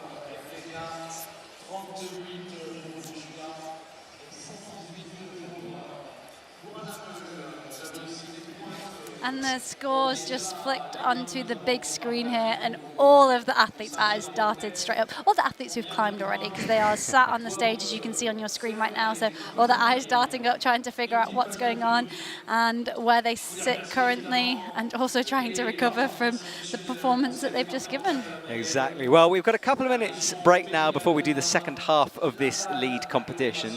So, Shauna, perhaps a good chance to talk about how the athletes just qualified for the Olympics, because of course we gave away 3 Olympic tickets for Boulder and Lead, 3 for men, 3 for women in Bern. That was the big one at the beginning of the season. And then these Continental Qualifiers kind of roll out from here on. So the Pan Ams, well, first of all, there was the competition in Rome, the speed competition, because of course speed is a separate discipline. Then we went to the Pan Ams, Jessie Grouper, and oh my goodness, my mind has gone blank. Natalia, there we go. Don't worry, we're a team, Matt, we're a team. Oh, thank you, Shauna. I can see her face, but not the name. So those 2 took the tickets, and then here, of course, 1 to go.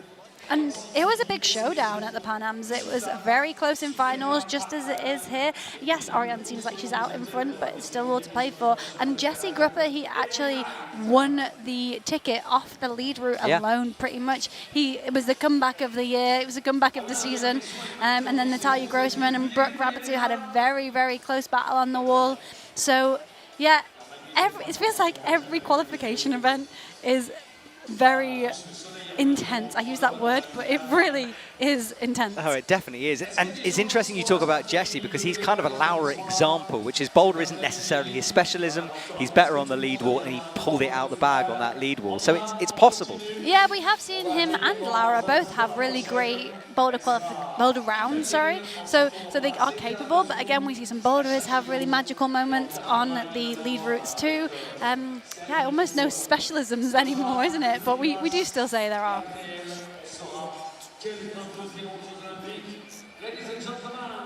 Well, if you're just joining us, you're in Laval. We're here for the European Olympic qualifier, halfway through the women's lead side of the comp. Camilla Moroni walking on. My name's Matt Groom. Shauna Coxey here. And things are getting tense as we approach the last part of this competition. Yes, and Camilla, if she wants to get into the hot seat, she needs 93 points. So that is hold 39, which would be a very impressive performance for Camilla. And she didn't look like her usual self, I would say, in the boulder round. When Camilla is on form, she's very impressive to watch in bouldering, but she really seemed to be unsettled, maybe a bit fatigued from such a big, long season. But all she has to do is this route, and then she can relax until next year. So let's see what she can do. Come on, Camilla.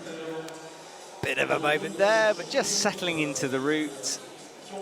And yeah, I think you were right. She wasn't 100% during that boulder round, but we should have put that behind her now. She is down at the bottom. 57.5 was her boulder. Sorry, 53.5 was her boulder score, which was the lowest. So work to do for Camilla, but in a way, I mean, you just know what you have to do, which is just climb as high as possible. All the sort of tactics and figuring out is gone at this stage. And she doesn't know where she needs to get to, and all she can do is give the performance of her life, right? Ultimately, if she can get as high as possible, if she can get that 100, she's done everything she can.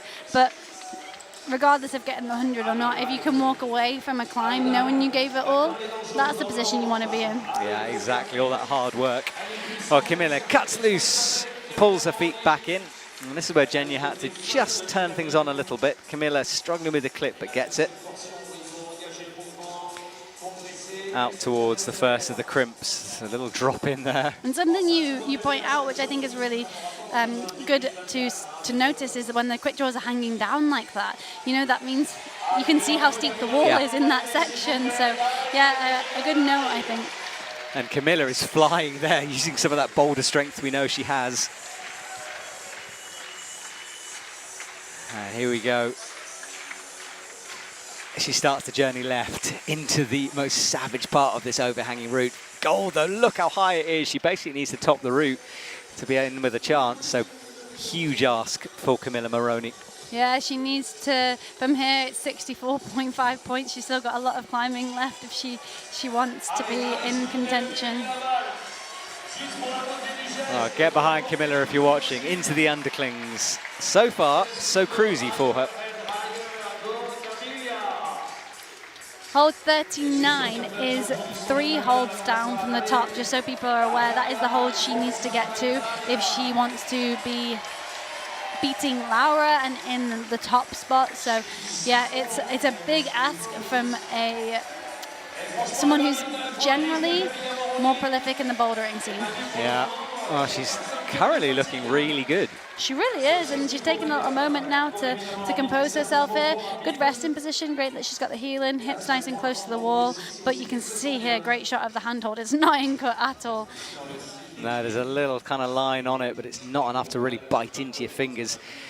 So Camilla gets ready to go again. I'm seriously impressed by this so far. I mean, she's using sort of power in clever ways. You know, she's doing the odd campus just to get through a section quicker. It's smart.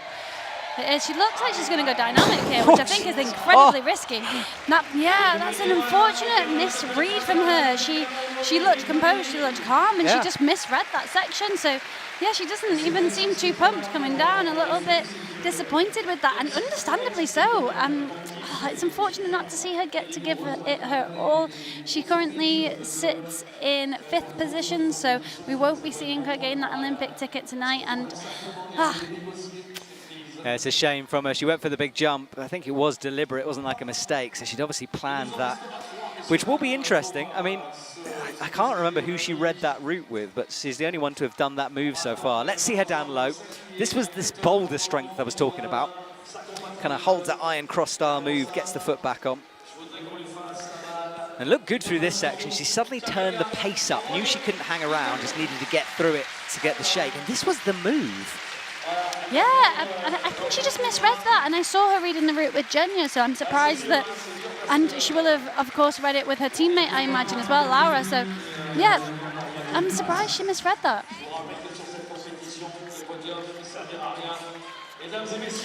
Well, here we go. Get ready for the crowd reaction, because Zelia Avezou is out. The French flags wave, the crowd cheer, and suddenly there's been a bit of a spark. There they are. There's those flags literally all over the stadium. It's awesome to see.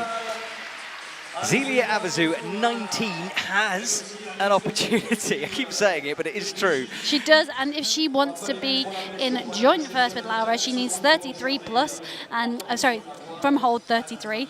And then if she wants to be winning, she needs to be way up right at the top of this route, but she can do that. Yeah, she can. She's got that quality.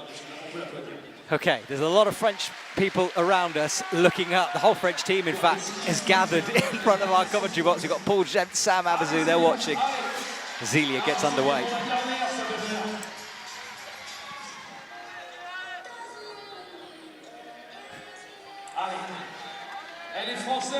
So there's the scoreboard. She's obviously down at the bottom at the moment. Had that little skip over to the left. Laura's score still stands. And it's hold 38, and that is just below the last big red volume. If she gets to that hold, she will bump above Laura. It is a very big ask, but she's capable. And that's just to put her in first as it stands currently with athletes to go. Oh, it's shaping up to be a very, very fun round to watch this, Matt. It is. Last couple of climbers before we say goodbye to the women's comp. Zelia with the rope in her mouth tries to go for the long, long clip. Gets that in, and now she'll settle before going left. There's Romain Desgrange, a legend in his own right, a French coach. Yeah, great to see so many past athletes in the coaching pits down there, using their expertise and really helping and passing on all their knowledge and supporting the future generations of the sport. Sorry, the current generations. They are not future, they are right here, right now. They are. But having a bit of trouble with that clip. Stops it eventually, gets it in.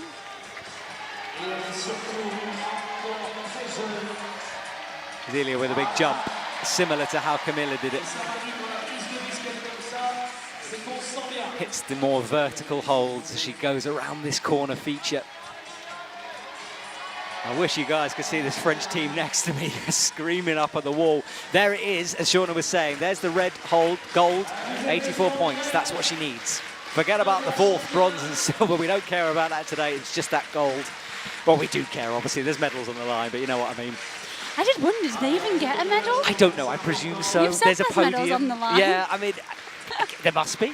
I mean, this event feels like nothing else matters than that ticket. Suddenly, we are surrounded by everybody on their feet. It's electric in here. It really is. Crowd getting behind it. There's not a seat free in the house. Zelia Avezou is screaming, though, just gets a toe in. Slaps out. She's having to work here. There's a focus in her eyes that we only see when Zelia means business. Yeah, and she needs business. Gets up. Everyone's climbed this part quickly, as does she. Flicks that rope around to make the clip. Sitting in fourth at the moment. She gets it in now. Oh. What a moment. It's so exciting here in the stadium. I hope at home you get an idea of this atmosphere. It's incredible.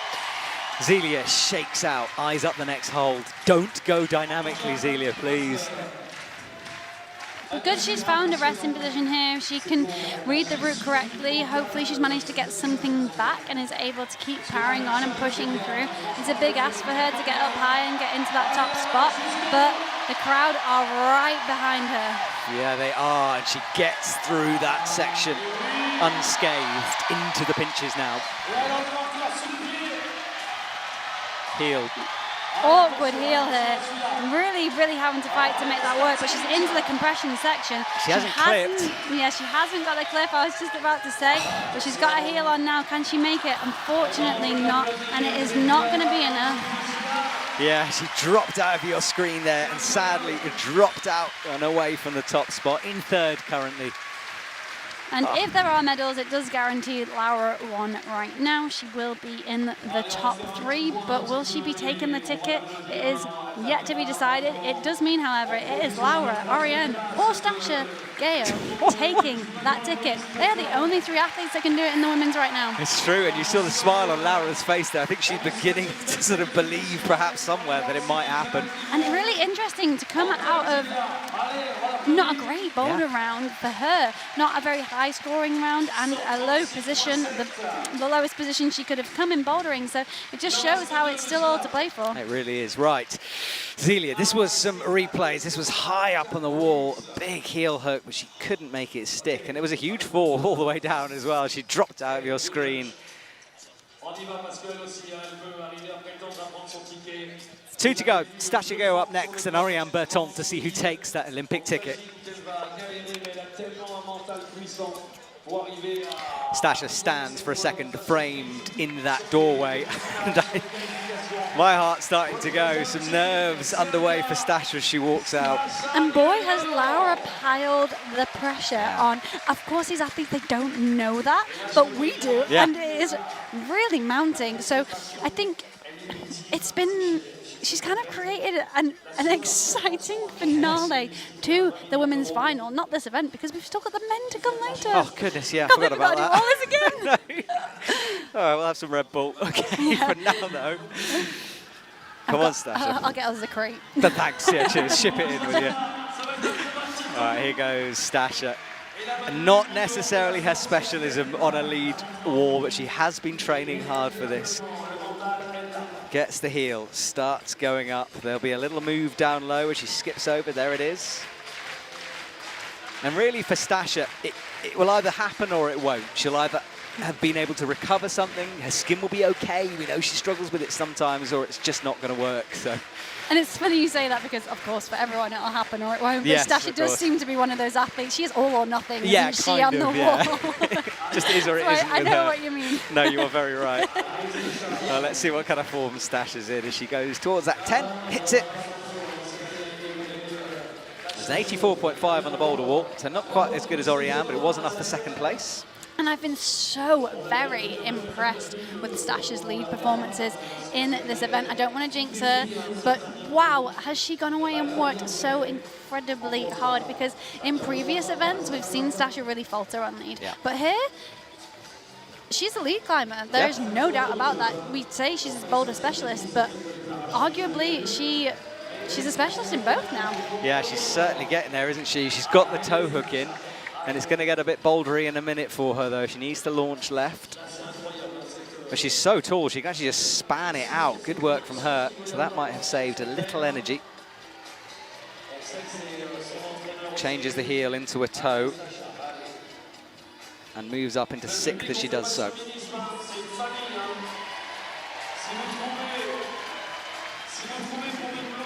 Hits the side pull, trying to breathe as she goes. That's Laura, our current leader. I love watching Stasha climb when Stasha finds her flow, and it feels like she's done just that in this competition. So I can't wait to see her really start to fight through the upper section.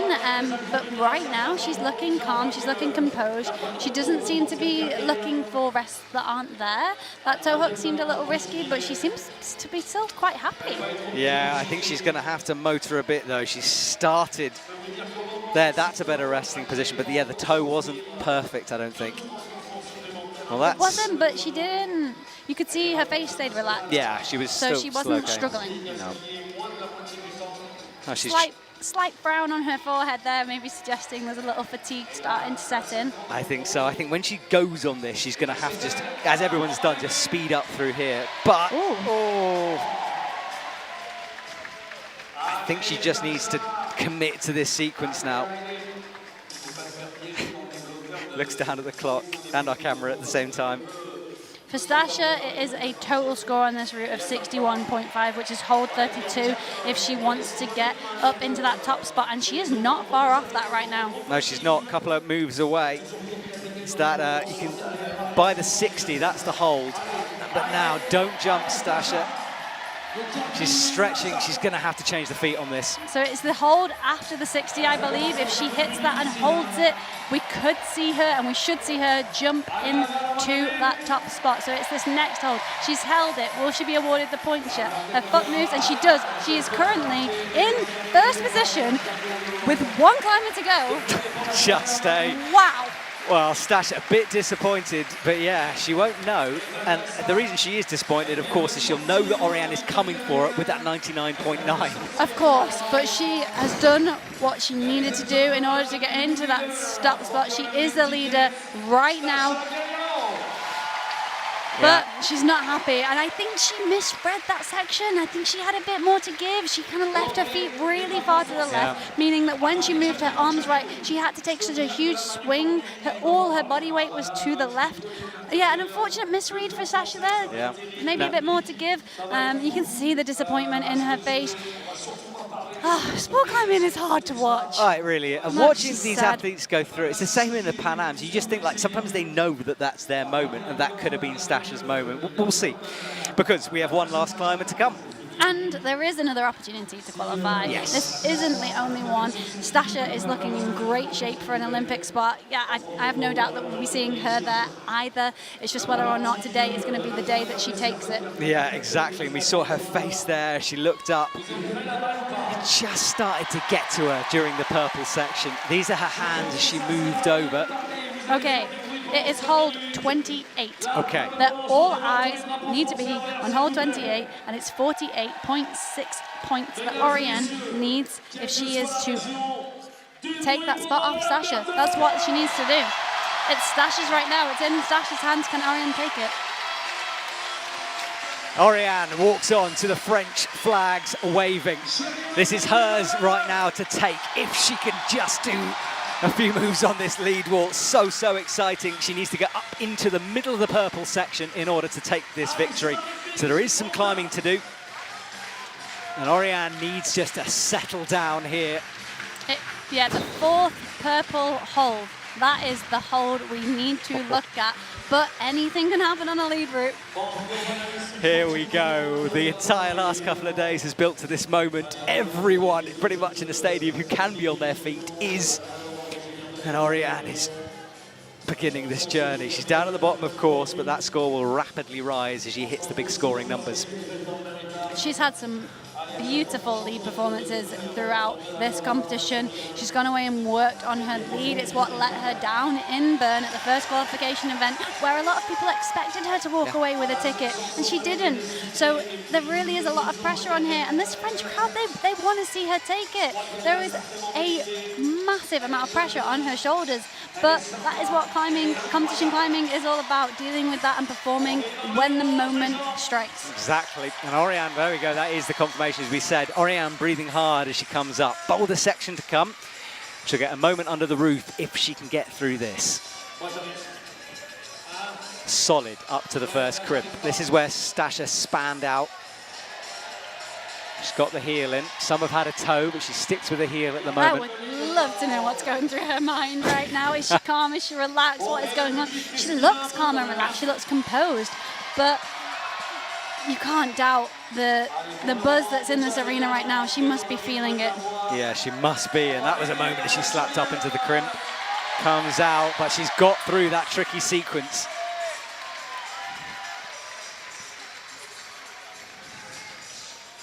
I almost wish there was a physical ticket sat on that hold waiting for her to go and take it.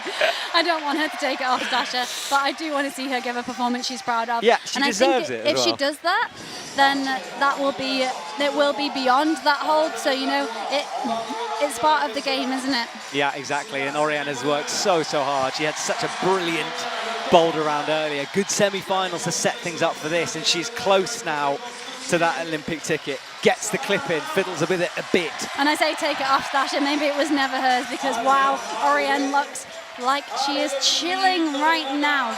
Yeah, it was hers to lose before she started climbing, and even more so it is now. She's so close.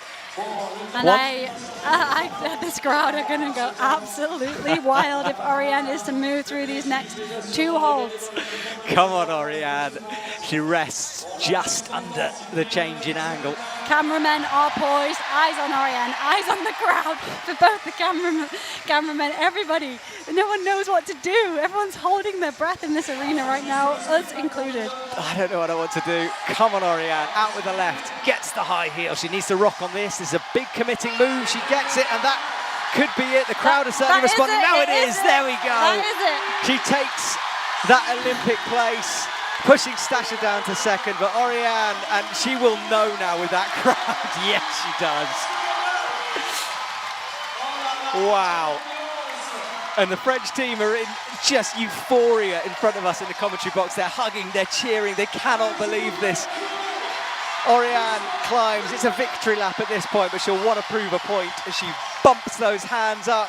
Crazy scenes here in the stadium. Orian Bertone, everyone focusing on her as she falls finally. What a moment. It doesn't matter. Orian takes it. That gold medal and that Olympic ticket is hers. And you have to say, on the day, Orian Bertone deserved that victory. What a boulder round to set things up. Didn't she just? I said it was Stashes to take away. I'm not sure it ever was, because Orian... She had it, didn't she? She was just in control. Well, we've been through some emotions here, haven't we? Fist bumps with a B-layer. And it was such a precious moment. The French team was stood right in front of us, just behind the screen that we're commentating on. They were jumping with joy, hugging, embracing. Wow, it means so much to the entire team. It does. Congratulations, Team France. Congratulations, Orian Bertone. Oh, Sean, I can't handle another finals later on. Can we just, have emotional. A moment? There's Manu Corno. He's injured at the moment, but they give a big hug. He's been doing a lot of the MC work, and yeah, I think it's starting to sink in. Start to flow. And she'll now go and join the other women. There is Stasha. There is the rest of them. And yeah, the audience literally on their feet right now. Everyone's standing. And Orian takes off the chalk bag. I doubt she'll be picking that up for a couple of weeks. And she goes to hug the rest. Lovely to see. Of course, only one could have taken that, and it's brutal, let's be honest, this process, but it is what it is. Celia's as emotional as Orian is. It felt like she meant business from the moment she walked into this arena. From day one, when she walked into the qualification round, you know, she had a different look about her. She had a different flow, and I think it was hard to bet against her in this event. Yeah, she was a lot of people's favourites coming into this. There's a lot of chat about the form she was in and how impressive it was, and she proved everyone right eventually. Couple of holds past where Stasha got, and Stasha has been announced. She takes that silver, which will be not much consolation when everything is on gold, but good performance from her. There is Stasha, and then Orian runs on barefoot to take that gold. She's not even managed to put her shoes on. Right, Shawnee, you've got to go to interview them, so I'll see you in a bit. And I will stick with you while we say goodbye. Orian will be ushered over to the waiting area. Sean is going to join her. And of course, we do have the men's round, and you can see someone climbing up a ladder there to begin to strip the wall to get ready for that. Around about 2 p.m. Central European time. It's scheduled on YouTube if you're watching on there, or broadcast on Eurosport and Discovery Plus. And we won't have a podium right now. We'll have the flower ceremony, as you saw. The podium will be given together at the end of the men's competition. That's around about 5:30 this evening that finishes. And we get to do it all over again. But there is the confirmation. Orian Bertone first place, Stasha Geo at second, close but not quite. Laura Rogera third with 1:45.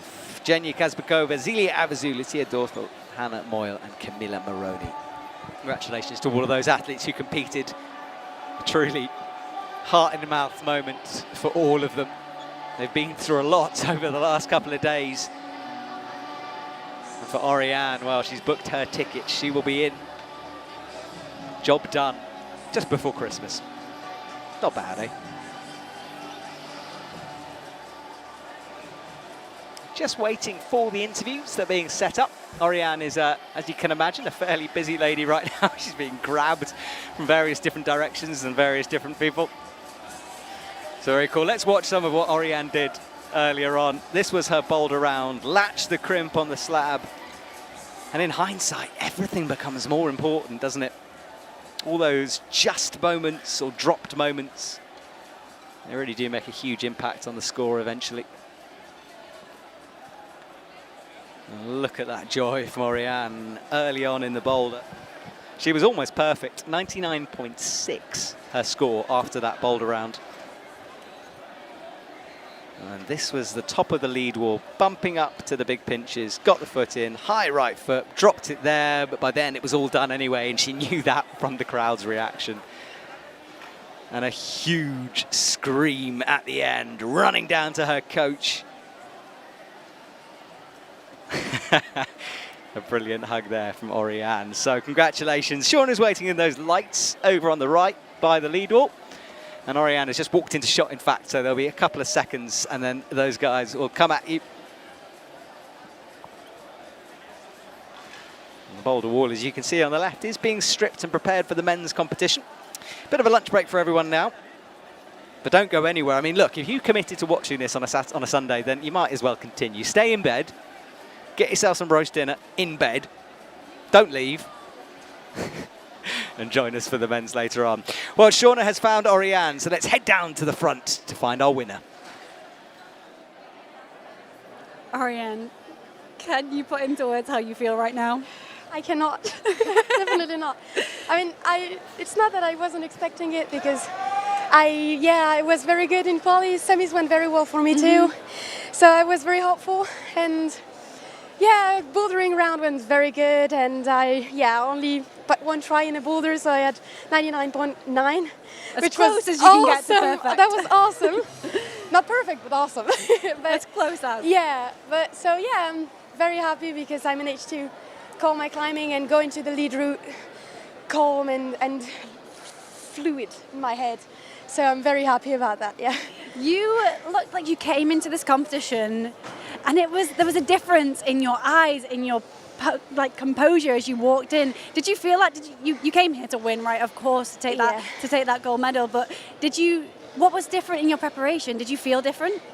Yeah, I trained much more. I feel like I've been working with Nico, my coach, my actual coach, for around 2 years, and it's starting to become it's real all coming right together, now, yes. and you can see that on the wall. Definitely. There is it's magic to watch you climb and to see when you find that flow. But surely walking into that lead route, as close as you can possibly get to perfect boulder round, but the pressure walking out. Can you describe to us how that felt as you pulled off the ground? Because it's wild in here. This crowd, they wanted that ticket for you so bad. Did you feel that? That was, of course we felt that. All of us felt it. And I was very happy because Celia was in finals with me, and it felt like the World Champs. And I liked that one. Yeah. So, yeah, I mean, I felt very good while warming up and climbing. I felt so free, and I just wanted to go there and be able to climb and put my climbing right where it belonged. So I'm very happy that I managed to climb like I climb in training, because it's very hard in comps, and it probably. I sure do. So yeah, I feel like everybody was there for us, and we felt that because we're at home, and I wanted that ticket more than anyone else. So. Of course, it's the Paris Olympics. Yes. It's your home Olympics. Of course, you wanted that more than anyone else. Yeah, and how do you feel knowing that ticket's in your hand? Does it change your outlook on next year? Surely it does slightly. Definitely. I mean, I don't have to do the series, which is pretty much like a good difference between taking my ticket here and taking it for sure. Yeah, next year. So I'm very happy about it. And yeah, I feel like training is gonna be even harder, which is very good. But yeah, now I gotta rest a bit and then get back to work. I cannot wait to see what you do at the games, and I am so excited that you took your ticket here. We all knew that you were going to take it at some point, and to do that in front of this French crowd. Are your family in the crowd here yes, today? my family is in Do you the have crowd. anything that you want to say to the crowd and all your fans back home? Because we have a lot of Orian fans.